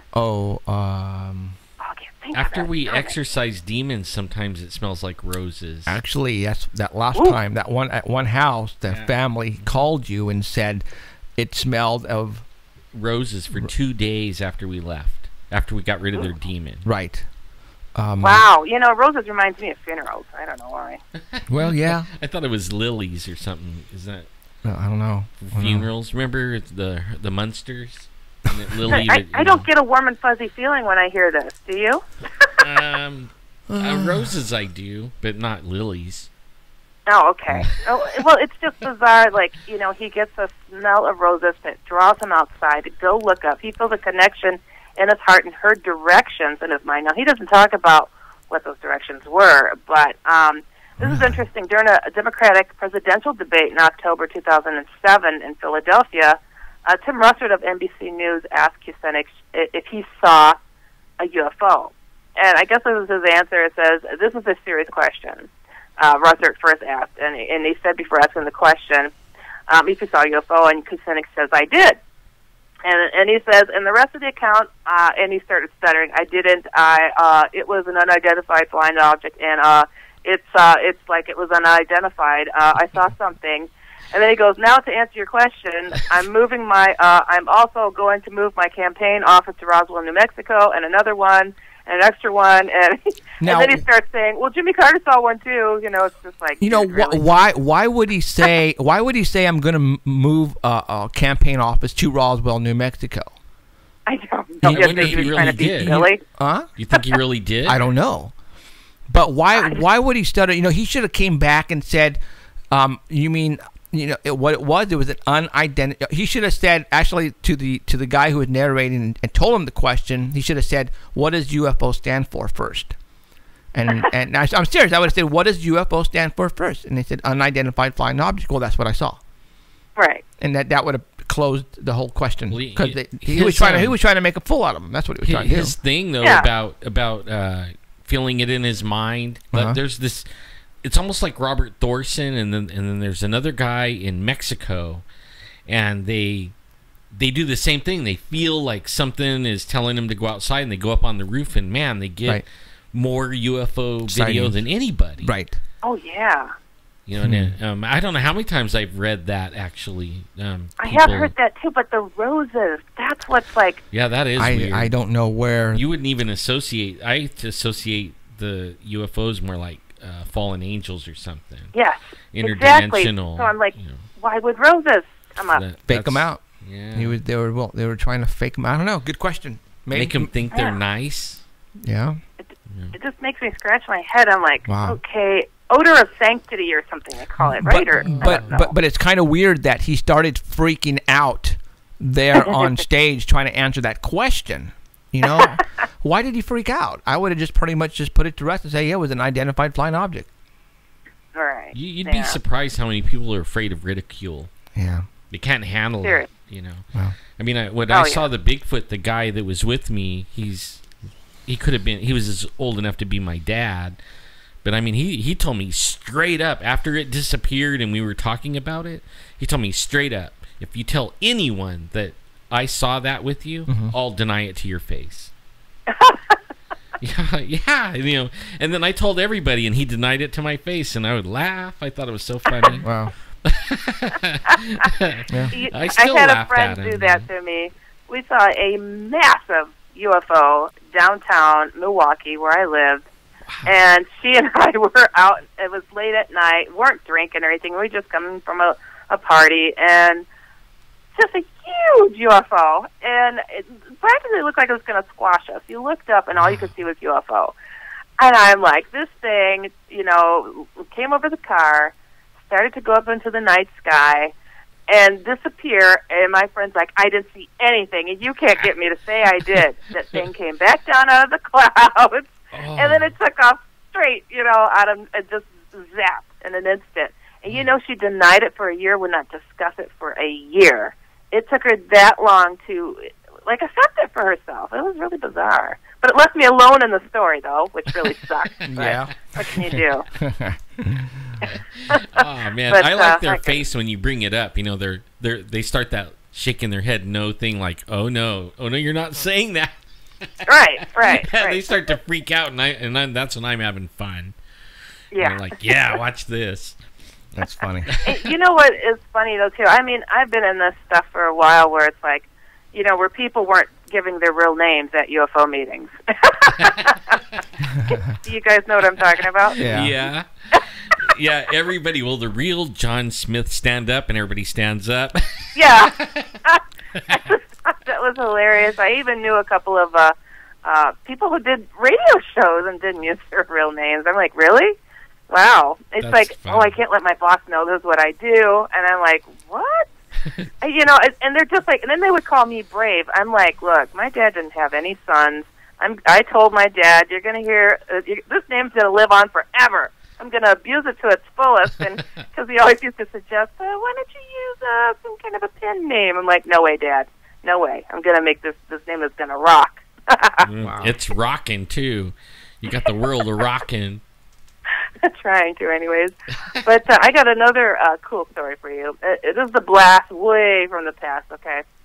This shows how alien hands have had a role in more than we realize. I think this is just very telling of what they've done and perhaps what they're still doing, but maybe through computers. Who knows? Okay, so this is in 329 BC.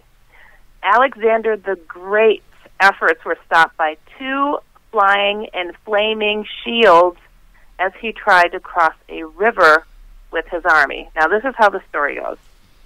Alexander the Great records two great silver shields spitting fire around the rims in the sky that dived repeatedly at his army as they were attempting a river crossing. The action so panicked his elephants, I didn't know the man had elephants, horses, and men so much that they had to abandon the river crossing until the following day. Now, how freaking crazy is that? I'm like, okay, now, had he been successful that day, maybe things would have changed. I don't know. But it just goes to show, my goodness, that was like right in your face. Hey, dude, you're not crossing today. Here, boom, boom, you know. So, like, when we hear these rumors of UFOs hovering over our nuclear bases and pointing missiles and then shutting them down, turning them back on, they've been interfering. This was 329 BC, for crying out loud. Yeah. They've been bugging people for a very long time and helping to write the records and to write what mankind has been doing to each other. And this is a story that I personally had never heard of. When I came across it, I'm like, well, holy cannoli. Man, you know, like, maybe they changed history, and, I mean, we wouldn't even know it, really.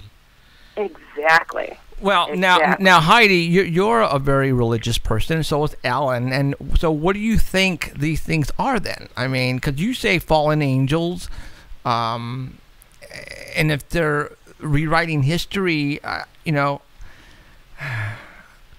Now, maybe not rewriting it as much as, like, just changing the course right then.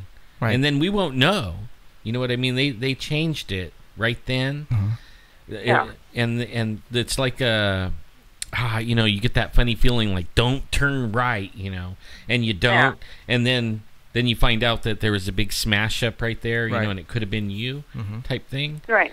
I mean, it something like that, kind of weird. Well, and there are, you know, I'm of the belief, too, that there are good and there are bad aliens. Right. And I think it goes accordingly as far as, you know, whose side they're on and what they're going to do.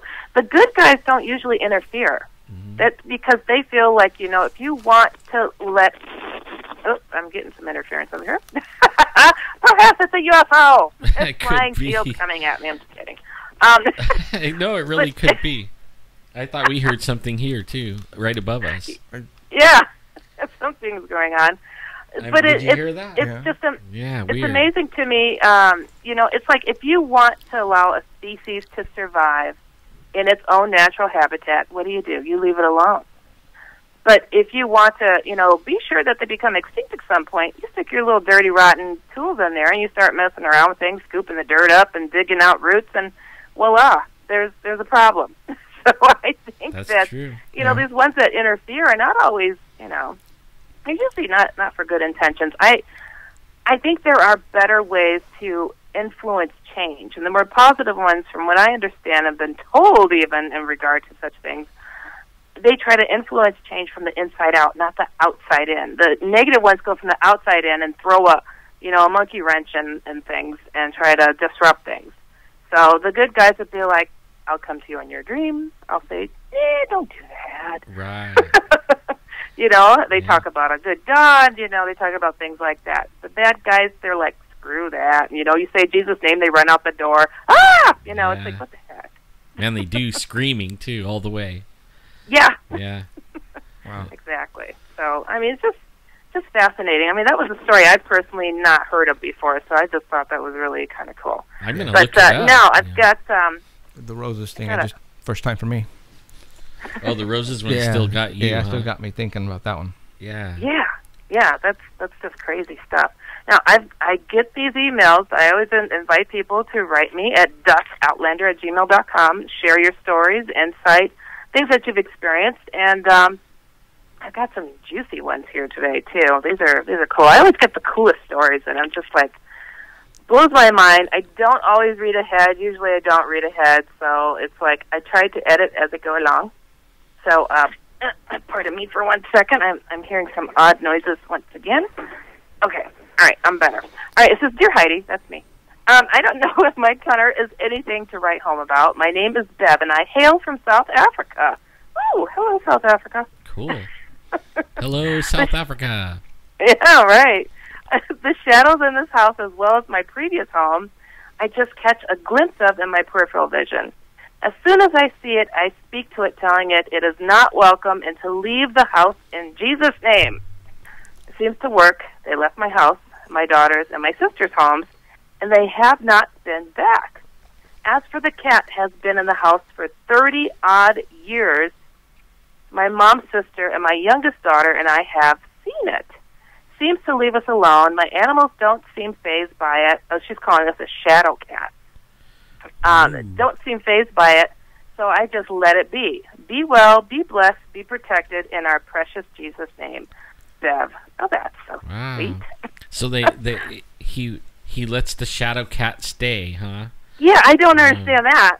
Yeah, me either. All that from like evil.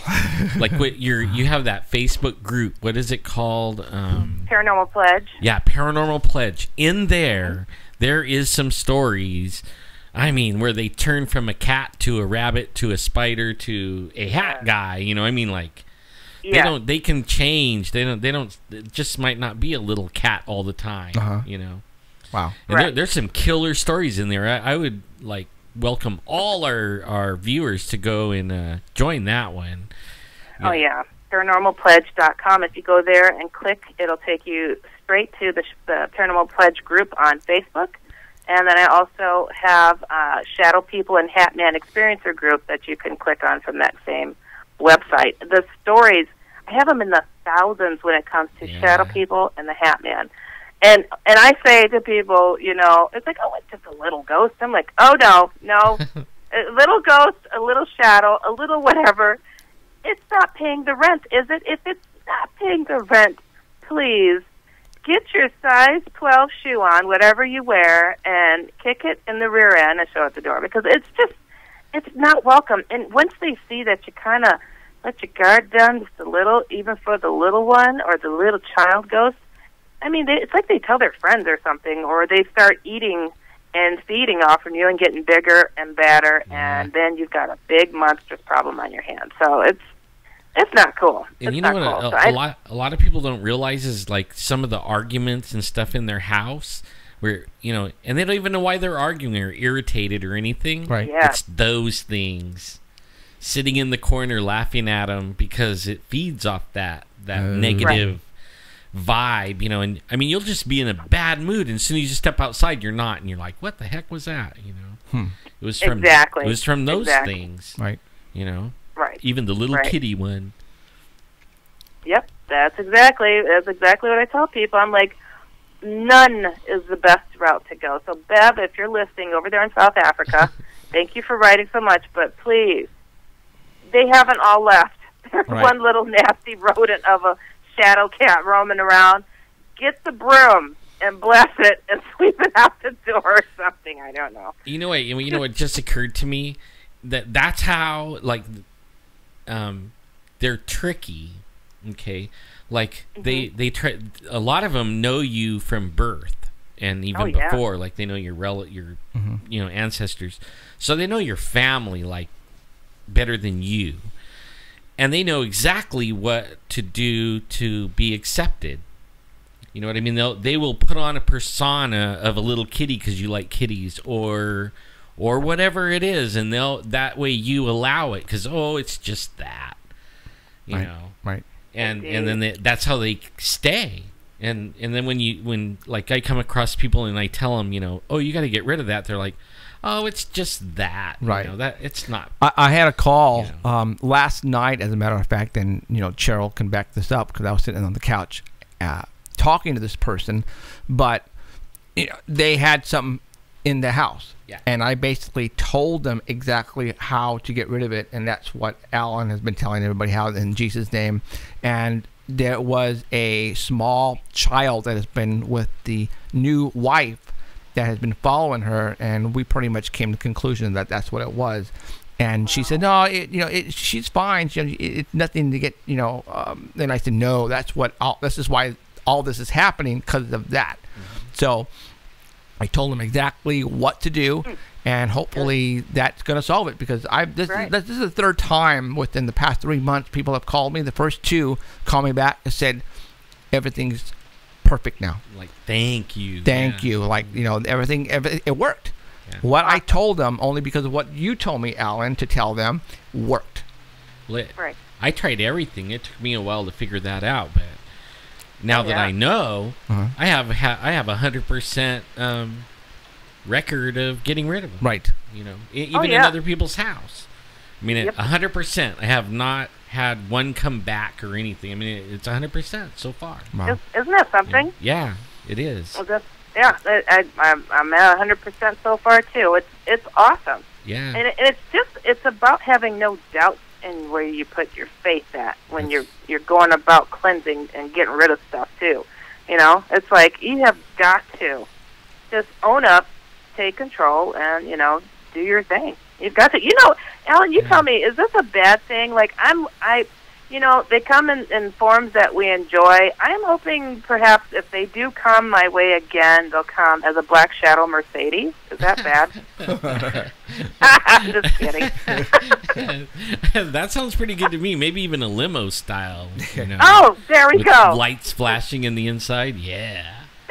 You know. Like, I don't want a cute little fuzzy black shadow cat. Come on, give me a black Mercedes. No kidding. For reals, huh?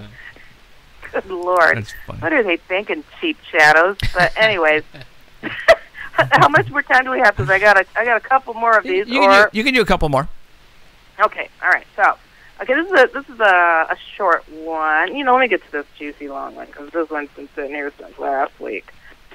Okay, it says, Dear Heidi, my experience with the Hat Man was when I was 6 years old. I saw him for the first time standing at the end of my bed, staring at me. Funny thing was, I wasn't afraid. I was startled, but not afraid of this guy, even at the tender age of 6. Oh, he was bold. Yeah. I had seen and heard my fair share of scary things, And to me, this man was not one of them. That's funny. At 6 years old, he was well versed at Yeah. He brought me comfort. I could hear him walking up the stairs in our house almost nightly. I hear a lot of static on this. I don't know what's going on. Really weird. Okay, so I heard him walking up the stairs in our house almost nightly, and I knew he was standing in the hallway. Oh, that's horrible. I would get up and open up the door and wait for him. Oh, this person's funny. I got the distinct feeling that he was there to protect me. Oh, that's weird. The house I grew up in had many entities living there. There was a man in black that lurked around all parts of the house, and there was a woman that liked to turn the water on in all the sinks. I really thought almost all my life that everyone in every house had similar things going on. I lived in the house with my 2 younger brothers and my mom and stepdad, and nothing was ever said about the Hat Man or the Man in Black until my mom was diagnosed with MS and thought she was going crazy because she could see all these guys.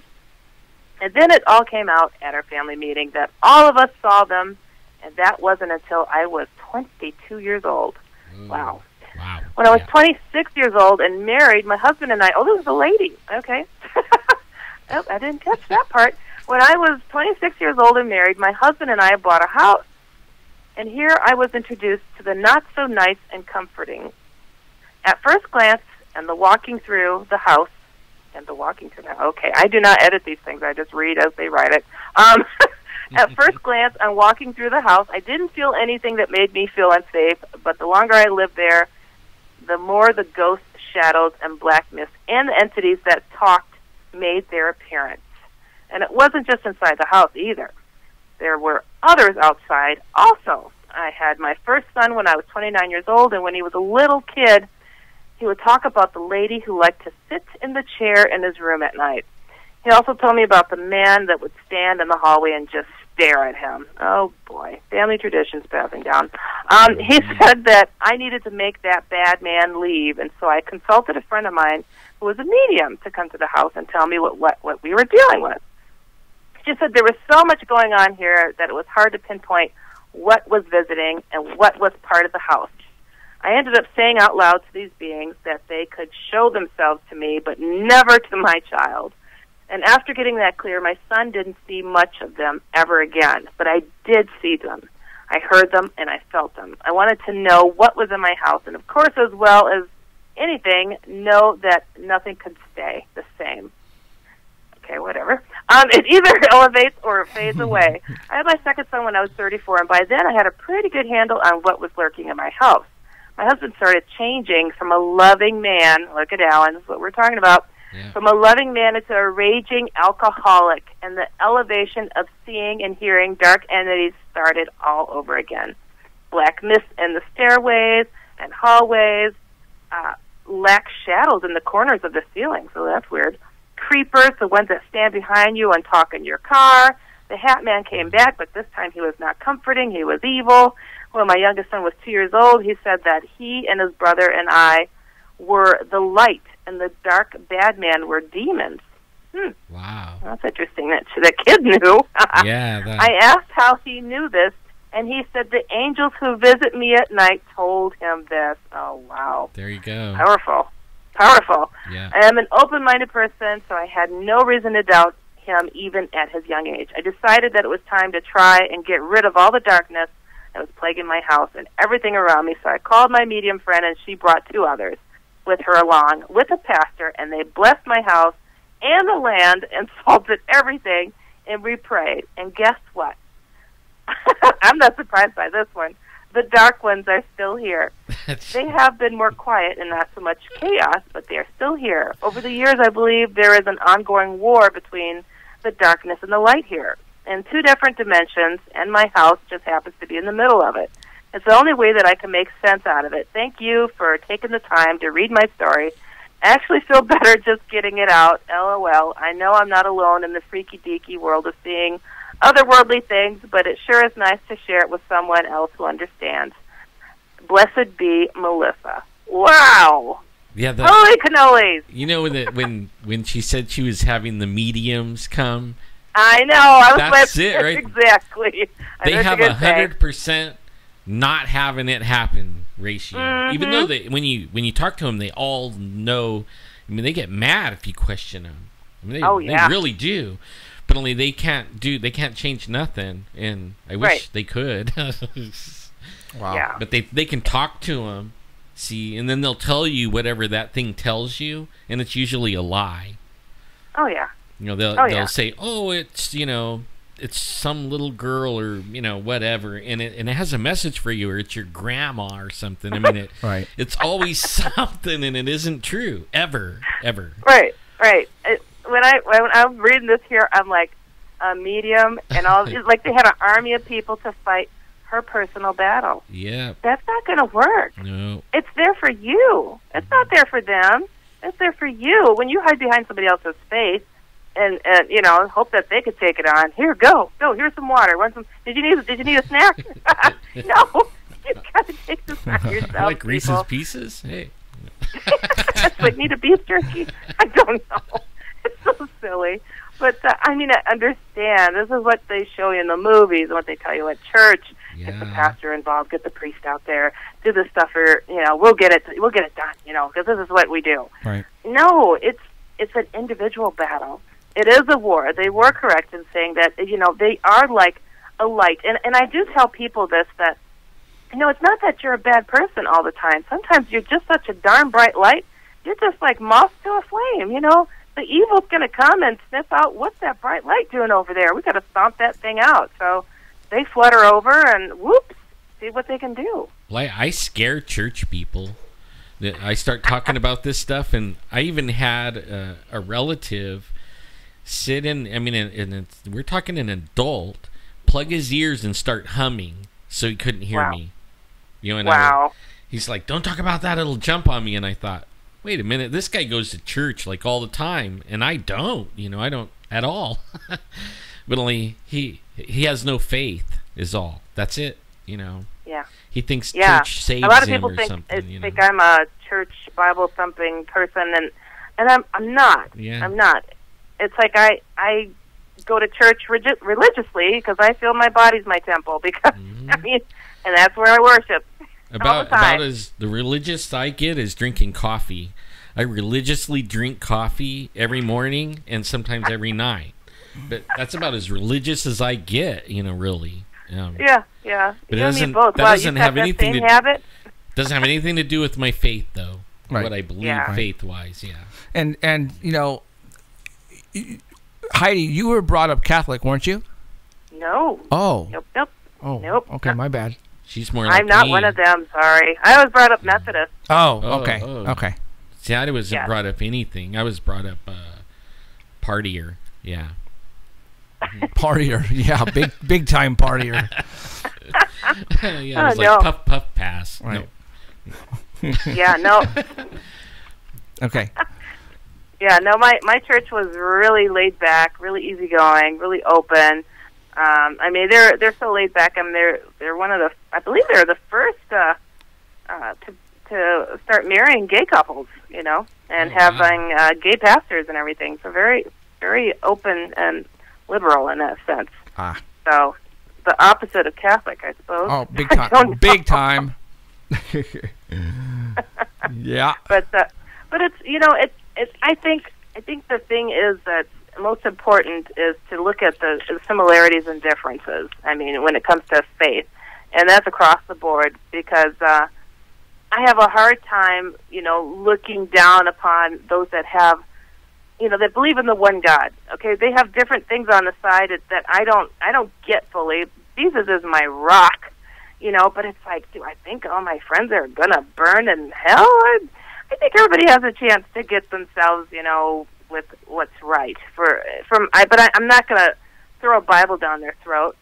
You know what I mean? It's just I've had some interesting challenges when it comes to some of these paranormal shadow people guys and the Hat Man guy and and people of different beliefs, and I'm like, gosh, I always tell people in Jesus' name to get, and here they're Muslim or they're Jewish or the different faiths of India even, and I'm like, Shazam, okay, so how can I not be fully biased towards Jesus, though I am, right. and steer them on the right path. And I'm like, okay, what's special in your religion? It's like this.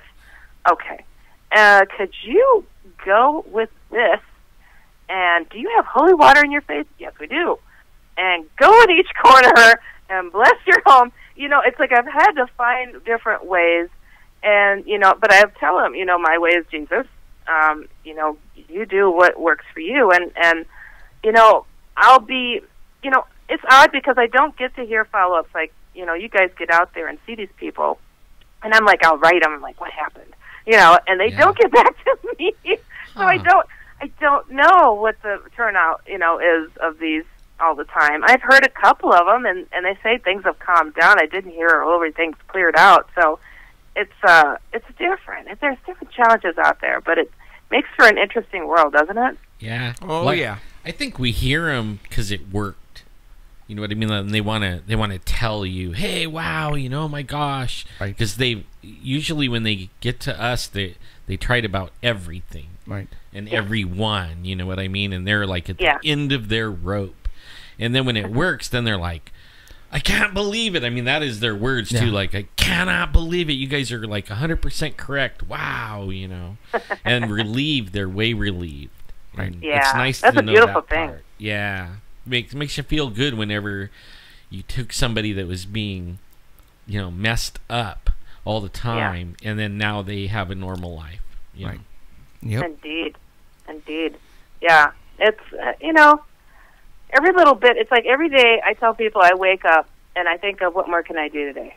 You know, what more can I do to get the message out, you know, just so people know that they don't have to live with this dark garbage in their lives. It's not welcome, so send it along, you know, be done. I never realized how far and wide it is until I got in your groups. Oh, I mean, they're from everywhere, all walks of life, all different people, and I mean, they all have stories of, even like the ones that were freaking me out the most are the lizard ones. Oh God! It was like, man, you know, whoa! I haven't seen, but wow, you know, the lizard ones are mean, and they can walk through a wall. You know, it's like, wow. Yeah. Yeah. You can't see the roundhouse coming when it comes. Right. Yeah.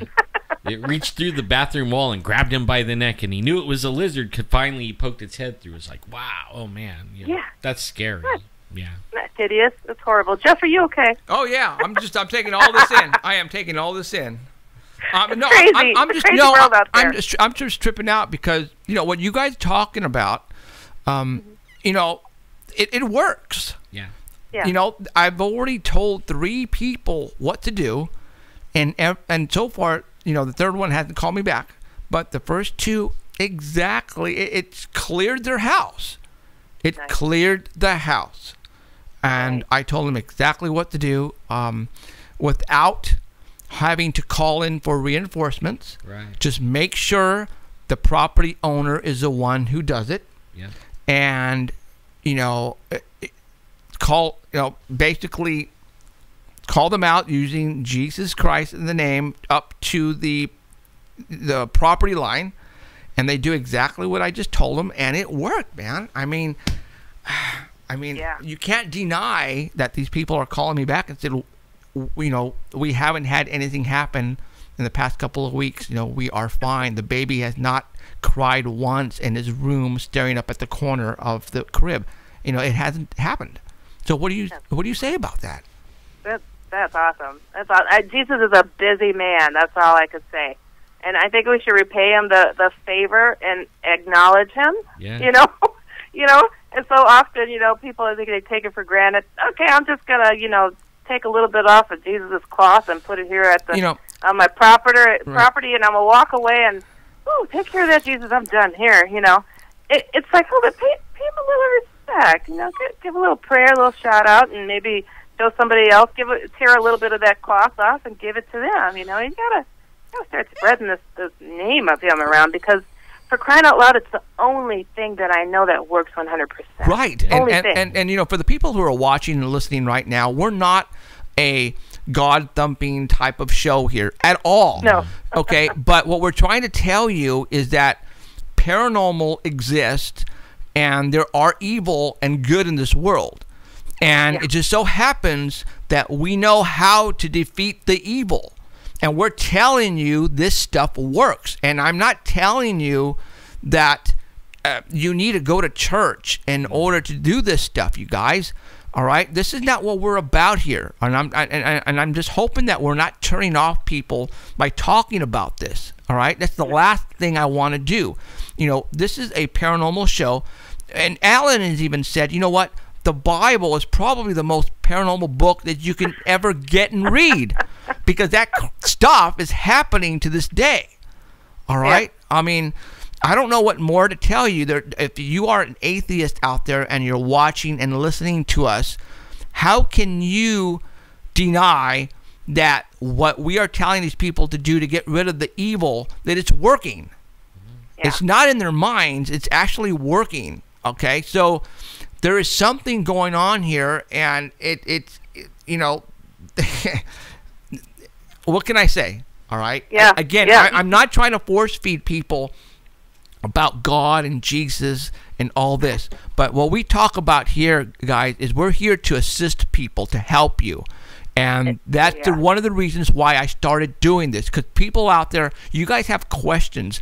And, you know, these people that call me on the phone, they say that they go through the internet and they start looking up phone numbers or people to call, and they call and get answer machines. They call, and all of a sudden they call me and they get a real person, and you should see the sigh in their breath. Oh my God, you're real.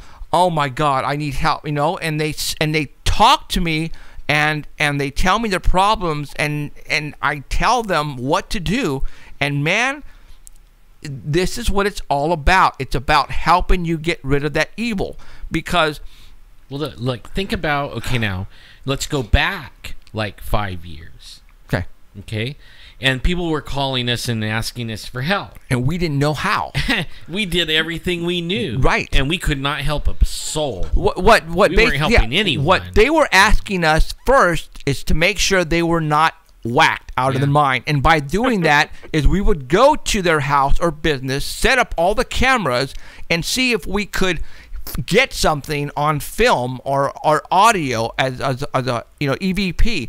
But that is still not going to help them. No, we weren't helping them. We might have validated, okay, there is something going on there, but we didn't know what was going on. I mean, we didn't know how to assist them.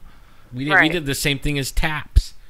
Basically, I mean, we went in with all the cameras and the you know, all the reading things and everything, and then all we could do is tell them, yeah, there's something here. Have a nice day. Thank you. Yeah, thank you for letting us come inside. You know, and that's what TAPS and Ghost Adventures and all those guys are doing. They're not all they're doing is creating a TV show for you to watch. They're not helping anybody at all. That's the sad part. I couldn't bear it anymore, because I'm like, well, we've been here for a whole 2 hours. Time to go. We didn't find anything, so nothing's going on here. I'm like, those poor people, they're left alone in this horror. Now that you've riled them up, it's going to be 10 times worse, you know? Right. I'm like, I feel so bad for them. But, you know, I always tell people, you know, when I do talk about these more, like, what sounds like religion, you know, I'm like, it's like, look, okay, I'm going to tell you what works. This is the common sense approach.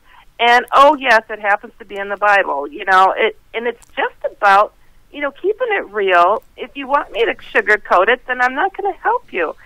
What helps is telling you the gosh honest truth about what works. And this is what works, people. And there's no other way to put it. And I had to go full circle back to my faith. And I was somebody who resented the fact I had to go to church, who resented the fact I was forced to go through confirmation classes. And I put in my first book, where I named the shadow people phenomenon, that, you know, if Jesus were around, I would have seen him by now. He's not around. I was a skeptic, and then lo and behold, he shows up, rattles me a bit, and sends me back to church. But I didn't go there physically, but in my heart and mind I did. And this is where I've landed. I've had to do this in order to be able to help other people. And I'm like, I tell people, when something so evil can make your knees shudder, but you'd hate to hear the thought of, you know, the Bible stuff coming forward. It's like, you see that evil exists. Well, aren't you happy to know that God exists too and could smack the heck out of that darkness? Because I mean, dude, that's what you need. I mean, it's just what it is. Yeah, and the people who had called me are not religious people. They're not, but they're spiritual and they believe in something, but they're not religious people, you guys, all right? They're not, you know, people who go to church every Sunday, the people who call me and ask for help. Those are not the people who call me. So, you know, they're not embarrassed to ask for help, all right? It's working. Obviously, there's good and it's evil. We're here, you guys, to help you, whether you like it, whether you like to hear what we're saying right now or not. At this point in time, I don't care, because if we help one person out there, then we have succeeded in doing our job and on this show. All right? Really that's cool what's so cool about you guys. I love you for that. We don't even know how many you're going to now put the you know, like we have the ones calling us, but how many are watching around the world that are having this problem, and then now they're going to go try it. Sure. And you know what? And maybe you don't know the exact procedure, and you know what? We will tell you the exact procedure to do if you're having that problem later on in the show. If you stick around, we will tell you exactly what to do to get rid of the evil in your home. You don't need to contact a priest. You don't need to go to the Catholic Church and get a gallon of holy water and get rosaries. Trust me, it's been done. It doesn't work. No. All right? Only one thing works, and we will tell you how and what to do. All right? Okay? So, again, this is a paranormal show. When we can help you get rid of evil, damn, that's crazy crap right there. That's paranormal shit. Excuse me. That's stuff that's like, whoa. That's all right? paranormal. Whoa. That's paranormal stuff. It doesn't Are you get kidding any me? more paranormal Yes, than that. it's paranormal stuff, all right? But we're going to help you get rid of it, and that's why we're doing this show. And we're not here to stuff the Bible down your throats at all. We talk about the Bible because there's some cool stuff happening in the Bible. That's some paranormal, and it's happening to this day. And you know, we like that stuff. That's the stuff that we talk about on this show. Again, please don't be offended that we keep talking about Jesus and God, because what we are telling you to do to get rid of evil, it's working. So how do you explain that? How do you explain it? You can't. So so obviously it's working, therefore there is good. And if we're telling you to say a certain name, then there's got to be something going on there. All right, you guys? Okay. Indeed. So I want to thank the people that wrote me, by the way. This is awesome that you guys took the time to share what was going on. And, my gosh, it's fun discussing this stuff with you guys because you're on the same level with this, and you vibe on the same stuff. It's awesome. So I'd welcome people to write me, dasoutlander@gmail.com, dasoutlander@gmail.com. And we'll definitely get to your stories because I love hearing what's really going on out there. And you know, we're gonna rock what works, right? Right, absolutely. You know, we're here to, you know, evil is monsters, man. I mean, that's some scary shit. All right, you know, and if there's a way we can help you get rid of these monsters underneath your bed, well, then we're gonna do it. Right. All right. Sounds good. Okay. All right, Heidi. Thanks, you guys. This was fun. Second week. Right. All right. We'll talk to you next week. Hope you get better. Sounds good. Yeah, you get better. All right. Good night, you guys. Okay, have a good night. See ya. Good night, Heidi. Bye. Okay, you guys. You know, we're just gonna go ahead and tell you right now. I'll let Alan do it because he's the one who figured it out, and he's more into this than I am. The reason why I was able to assist these people when they called me on my 24-hour hotline is because Alan told me what to say, and basically I did exactly what Alan told me to say to them, and it worked. So Alan, somebody calls you and says, "Hey, there's something in our house. Our baby keeps looking up at the corner and it's crying. You know, the bookshelf fell off the wall last night. A vase flew from one end to the other end. We know it's evil. We tried everything and nothing works. What do I do?" Well, the first thing I tell them is that this probably has been with their grandpa and their great-grandpa, and I mean, these things attach themselves to families. And it could be nobody told it to get lost yet. And it only respects only one name. That for some reason now, and for me, like, I had these shadow things in my house, and I tried everything. I mean, I called up Jeffrey, you know. I mean, we're doing all the ghost things. I'm like, man, I was at the end of my rope on what to do, and then I remembered something from my past, that some experiences I had, and I thought, man, you know, they say it works, so then I had to do some research, and I found out that this name, he gave you authority to use his name, and it's like a cop thing. Like, if you jump out in the road and you try to stop a car, you don't have any power to stop the car could run over you. If a cop jumps out in the road and he tells you to stop, you stop. But do you stop because he could physically make you stop? No. You stop because you see his badge and he has authority, so that's why you stop. That's all this Jesus name thing is a badge. All it is like he gave you the authority to use his name to get rid of those things.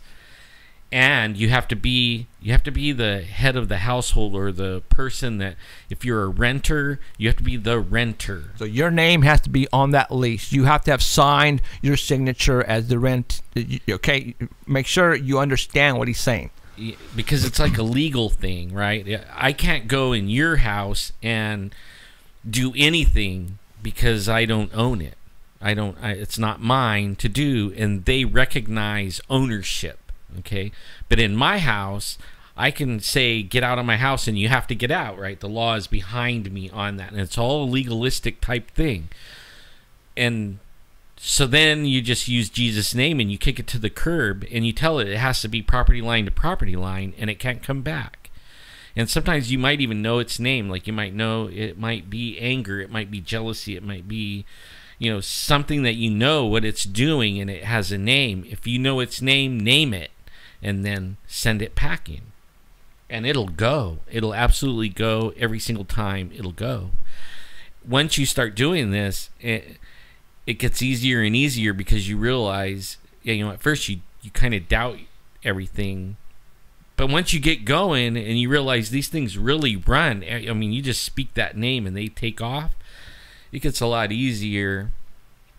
And then you could go and help people like how we're doing, you know, like they're the owner of the house.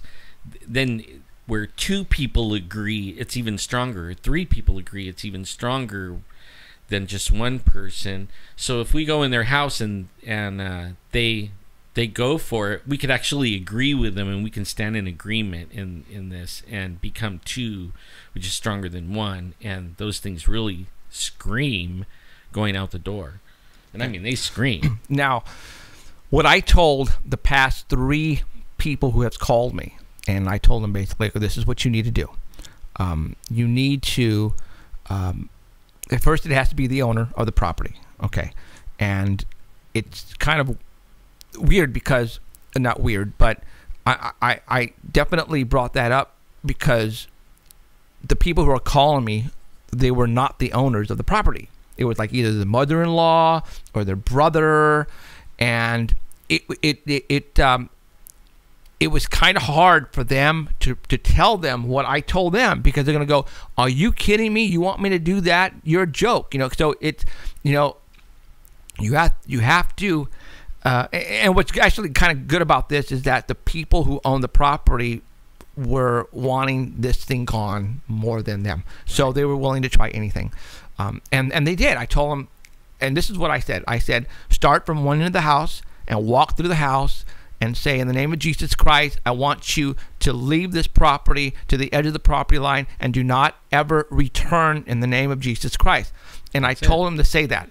All right. That's what you do. And I told them to open the door on one end of the house or apartment, whatever it is, and walk from one side to the outside. Once they get to that side, to close the door, and they can never ever change the way they feel about that. Because from what I understand, if you say, well, you know, maybe I'm not sure, I shouldn't have done that, or anything like that, that will give them an okay to come back.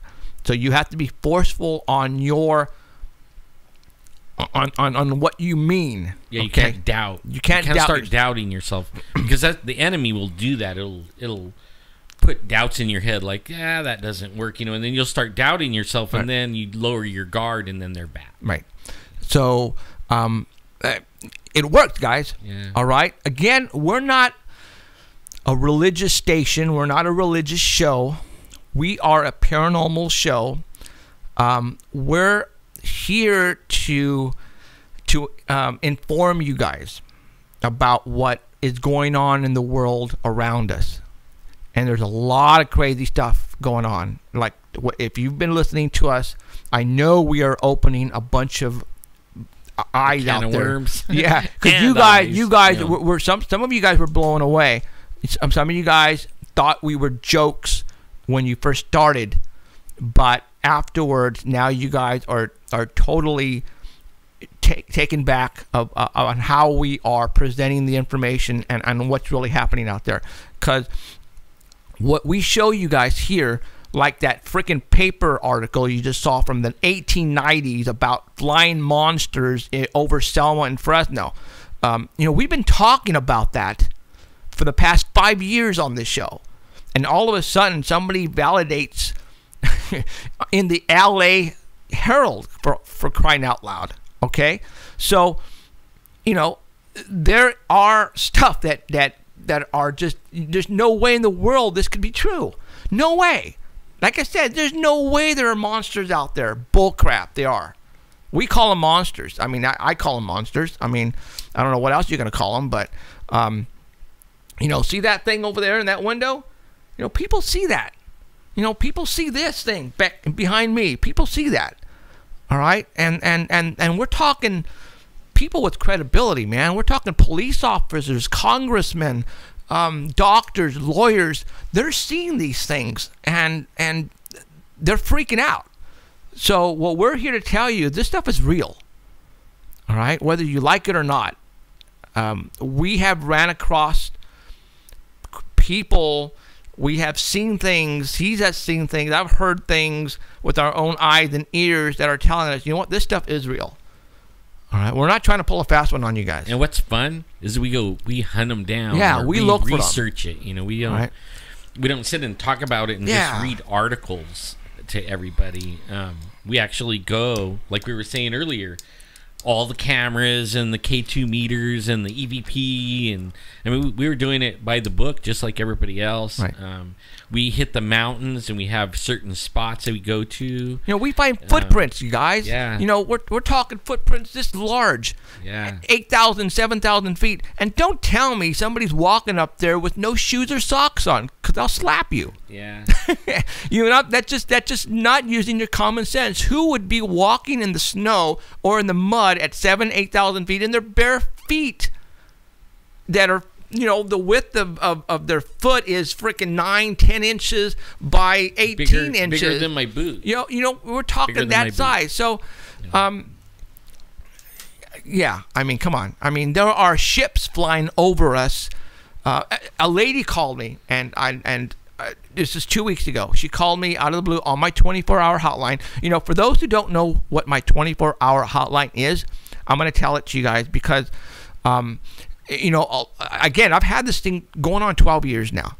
I don't want to say what police officers, but I get PD calling me. Like I said, I've got a congressman calling me. I got the news. I got NBC, CBS, ABC, Fox. They all call me for specific reasons and to ask me questions. The phone number is area code 559-287-8367. Again, 559-287-8367. The last four numbers represent the letters UFOS. So happened I put that in there to help out people. Remember. And we're not answering block calls. I'm not answering block calls. No more block calls, okay? Yeah. If you call, there better be a number on that private screen. Number or blocked. Forget it. I will not answer it. Okay. You won't believe the call that I get from this. As a matter of fact, I'm going to tell you, I got a call 2 weeks ago. It was a lady, and you know when you're getting hoaxed or not. I can tell. All right, I've been doing this a long time. I know when somebody is trying to pull a fast one on me. For one thing, this wasn't a blocked call. It was a regular phone call. And I saw the number on there. I answered it. It was a lady. She sounded to be in her late 50s, early 60s. And she wanted to tell me a story that happened to her in the 70s. And she lived here in Fresno near the fairgrounds. All right, probably I'm thinking Maple and Kings Canyon Avenue. She said she was outside during the day, and she was just outside on her lawn or just walking around or something, and then all of a sudden she saw a shadow come over her, and she looked up, and she said it was a triangle, but it wasn't a very big triangle. She said it was about 8 foot by 10 foot, 8 foot by 8 foot. But what's weird about this, and you can tell she was very sincere at what she was telling me. She said, I saw the pilot. She said it was a round dome on top of this triangle, and it was a human. He was dressed in military fatigues. He said it was a military guy, and it was flying so low that the only reason she looked up because of the shadow, but she said it was so low that no one else could see it because it was that low. She said it was probably, she said 100 feet, maybe 75 feet. We're talking low, all right? She said she looked up, she saw this black small triangle come up and zip and stop. And she said the military guy in that dome was looking right at her. And she looked right at him, and the guy went, "Dude!" And all of us, you can see me, and all of a sudden it went like this. And it was gone. And she goes, and she freaked out. And she said she has held that in herself and has never told anybody because she didn't want to get laughed at. Like, are you kidding me? In the 1970s, are you telling me our government, because she told me, Jeff, it wasn't an alien. It wasn't some monster from outer space. It was a human being, one of our guys, military guys, pilot. Because she had, she saw the helmet and everything. She said it was human. It was a military guy, but he freaked because she saw him, and all of a sudden, as soon as she saw him, the thing just went, and it was gone. I bet he was supposed to be cloaked. I don't know, but this was in the 70s, you guys. In the 70s. Okay, this was in the 70s. All right, we're now in 2015. Yeah. If that was what we had back then, what do you think we have now? And where did that stuff come from? All right, where did it come from? People. We were talking. You brought up the Project Orion. Orion. Let's talk about that. All right. Okay. That seems like we're going backwards to me. December the 4th, NASA is going to be launching a rocket called Orion. And this is a freaking rocket, like back in the days when the moonwalkers. Okay. Why are we doing this? It's backwards. All right. We had the space shuttle. Why are we? You know what they're calling it? They're calling that a deep space ship. I've and it's the same thing. It's just they said it's the size of 2 minivans. Okay. I can tell you right now, you guys, what we have been told is we have a secret space program. And we've had it forever. All right? The moon launch, the space shuttles, all that crap is just something to make you sit in front of the TV and go, ooh, cool. That's all that is. We have these TR-3Bs, these triangles. We're already out of space. There are, I could tell you right now, we are just way far out there. Okay. This is the first technology. The last technology the military even showed us was the F-117s. Is that what they are? Then the B-2, the B-2 bomber, right? And they're all like triangles shape, and that was the best technology. That was 1991. Okay, that's like a long time ago, and they haven't really gave us anything, and now they come out with Orion. And I'm thinking like Orion. a rocket ship, Sirius, Sirius, right? Rocket yeah. ship. Why are we setting up a rocket ship? Yeah. I mean, come on. I mean, obviously there's something that they're not telling us. Well, anyways, what I'm showing you right now on the screen is a triangle that many people are witnessing. All right, and these things are different sizes. People are witnessing freaking triangles and boomerangs the size of battleships and the size of cities. Right now, are those ours? I don't know. That's a good question. And if they are ours, where are they hiding these things? Well, I think they can cloak. I think They may never land. They may stay right up there, and then they just use the little ship like the what she saw in the 70s, right, just to go down and land. Or something. Yeah, and the big one just stays floating with what do you call free energy. Okay, and that's one of the reasons why. Right now, it's the governments of this world want to rule the world. Right? Whatever government has the best toys are basically going to rule everybody else. So that's why they're keeping all this thing top secret. Our government has probably so many great technology that obviously they have to keep it under wraps because, the free energy thing, nuclear, different types of propulsion. It's if we found out about this, there would be no more PG&E. There would be no more power companies. No more gas stations. All that would be non-existent. But you have to have that now for the world to survive because it's all about money, you guys. It's all about money. Yeah, I think they want to keep it around until we totally, figure it out that they're doing that. Right.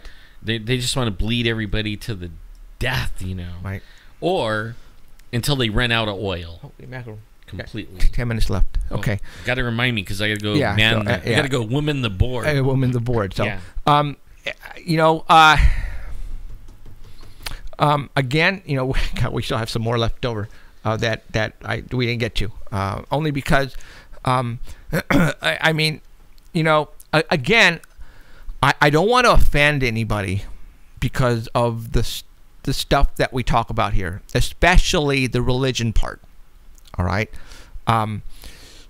it's all about figuring out this stuff because that's why I'm doing this because I want to know.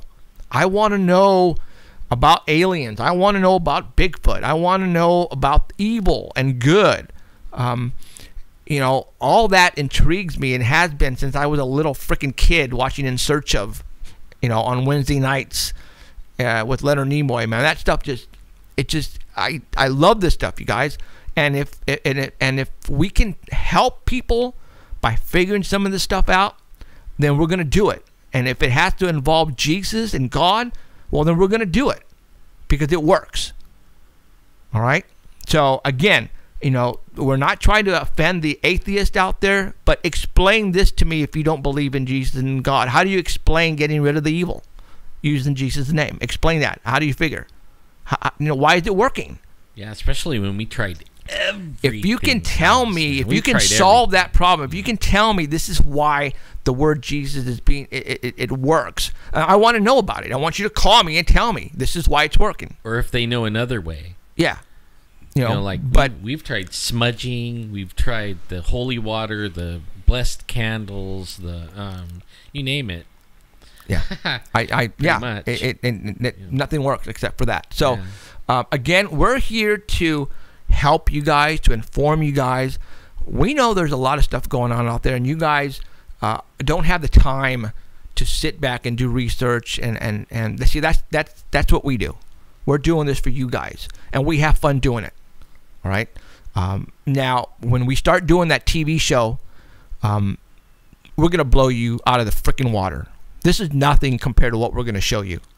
I swear, we're gonna blow you out of the freaking water.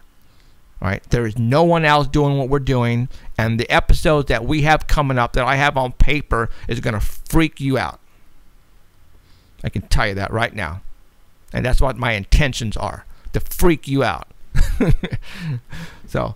And did you hear that weird noise? Well, I heard it while Heidi was talking. It was like a howl. To me, it sounded evil. Yeah. Is that what it sounded like to you? Yeah, it did. Okay. Oh crap. And then she was saying she heard something was happening to her phone, and you were looking at me, and I was looking at me, and I know you guys. I went like this, and I think it was in the earphones. Yeah. I don't know if it was in the earphones. I could hear it though. Right, I heard it. I thought it was sirens at first, and I went like this, and I went, "Come on!" And I thought it was a dog howling because of the sirens, but I didn't hear that. But then I put back the earphone, and then I heard. It sounded like a high screeching scream. Is that what you heard? Yeah. Oh, crap.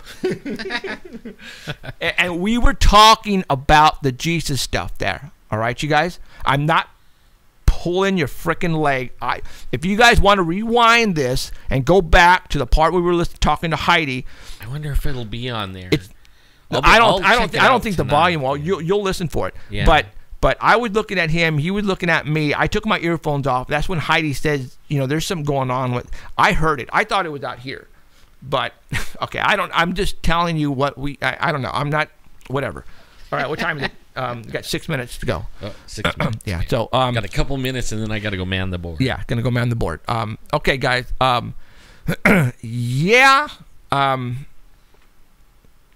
don't know what my voice is gone. You can tell by my voice the enthusiasm I have doing this. All right, I'm having a blast doing this only because we're figuring this stuff out, and people are not liking it.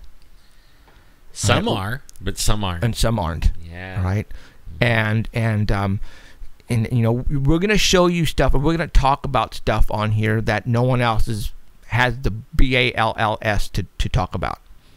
But we're going to do it here, like religion for one thing. All right, whether you like it or not, we're talking about ghosts, we're talking about evil. That's all paranormal stuff, you guys. It is. So don't take it that we're trying to force feed the Bible and Jesus and God all down your throats because we're spook hunters. We're trying to get rid of this crap, and it's working. So. Take it for what it's worth, you guys. Especially like when they call you and they say there's little kids. Yes, and that what really. That one, man. I'm a grandpa and I had a lot of kids and I want to help the kid thing. I mean, some of the old farts, that don't act right and treat people bad, I could care less. Right. But when it's little kids, oh come on. Yeah, kids in a crib. And they're looking up in the corner and they're crying, they're freaking out, and then when you tell them what to do, they call back and say, "My baby has not cried once. She is smiling, giggling. I've never seen her do that in a long time. Thank you." I even heard a story where these guys could see, they're holding the baby and the baby's crying, and the guy could see this shadow thing, and it would stick its hand in the baby and twist, and it would make the baby cry. And they were doing everything they knew, and no matter what, it could attack the baby. Why don't you go back over there? And finally, the guy used the right name, and now no more attacks on the baby. There you go. All right, you guys. Alan is going to move over to the computer because right now Art Bell's people are probably, actually, probably not, but in a couple of minutes will tell us when we have to go. So, okay, you guys. Is 3 hours enough? Probably not, because I still have a whole sheet full of stuff to talk. Okay, so we got 30 seconds left. All right, you guys. Thank you for sticking around. I appreciate from all over the world. I know we have a lot of people watching and listening on Art Bell and Dark Matter Network and on live stream. I appreciate it. And all right, my name is Jeffrey Gonzalez. I appreciate you hanging around and sticking with us. For Alan Thomas and Emerald, who went home sick, and Heidi Hollis, our new reporter, muchas gracias, and we shall see you guys next Sunday. We're going to have a blast just like we did today. You guys take care. Good night.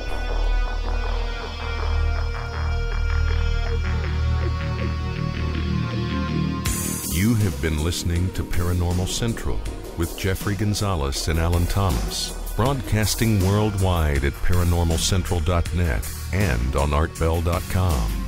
Stay tuned for next time. remember to keep your eyes to the skies. And we hope you witness something you cannot explain. I'm looking for you. You're looking for me. We have to decide what it will be. Can it be true? Can I believe?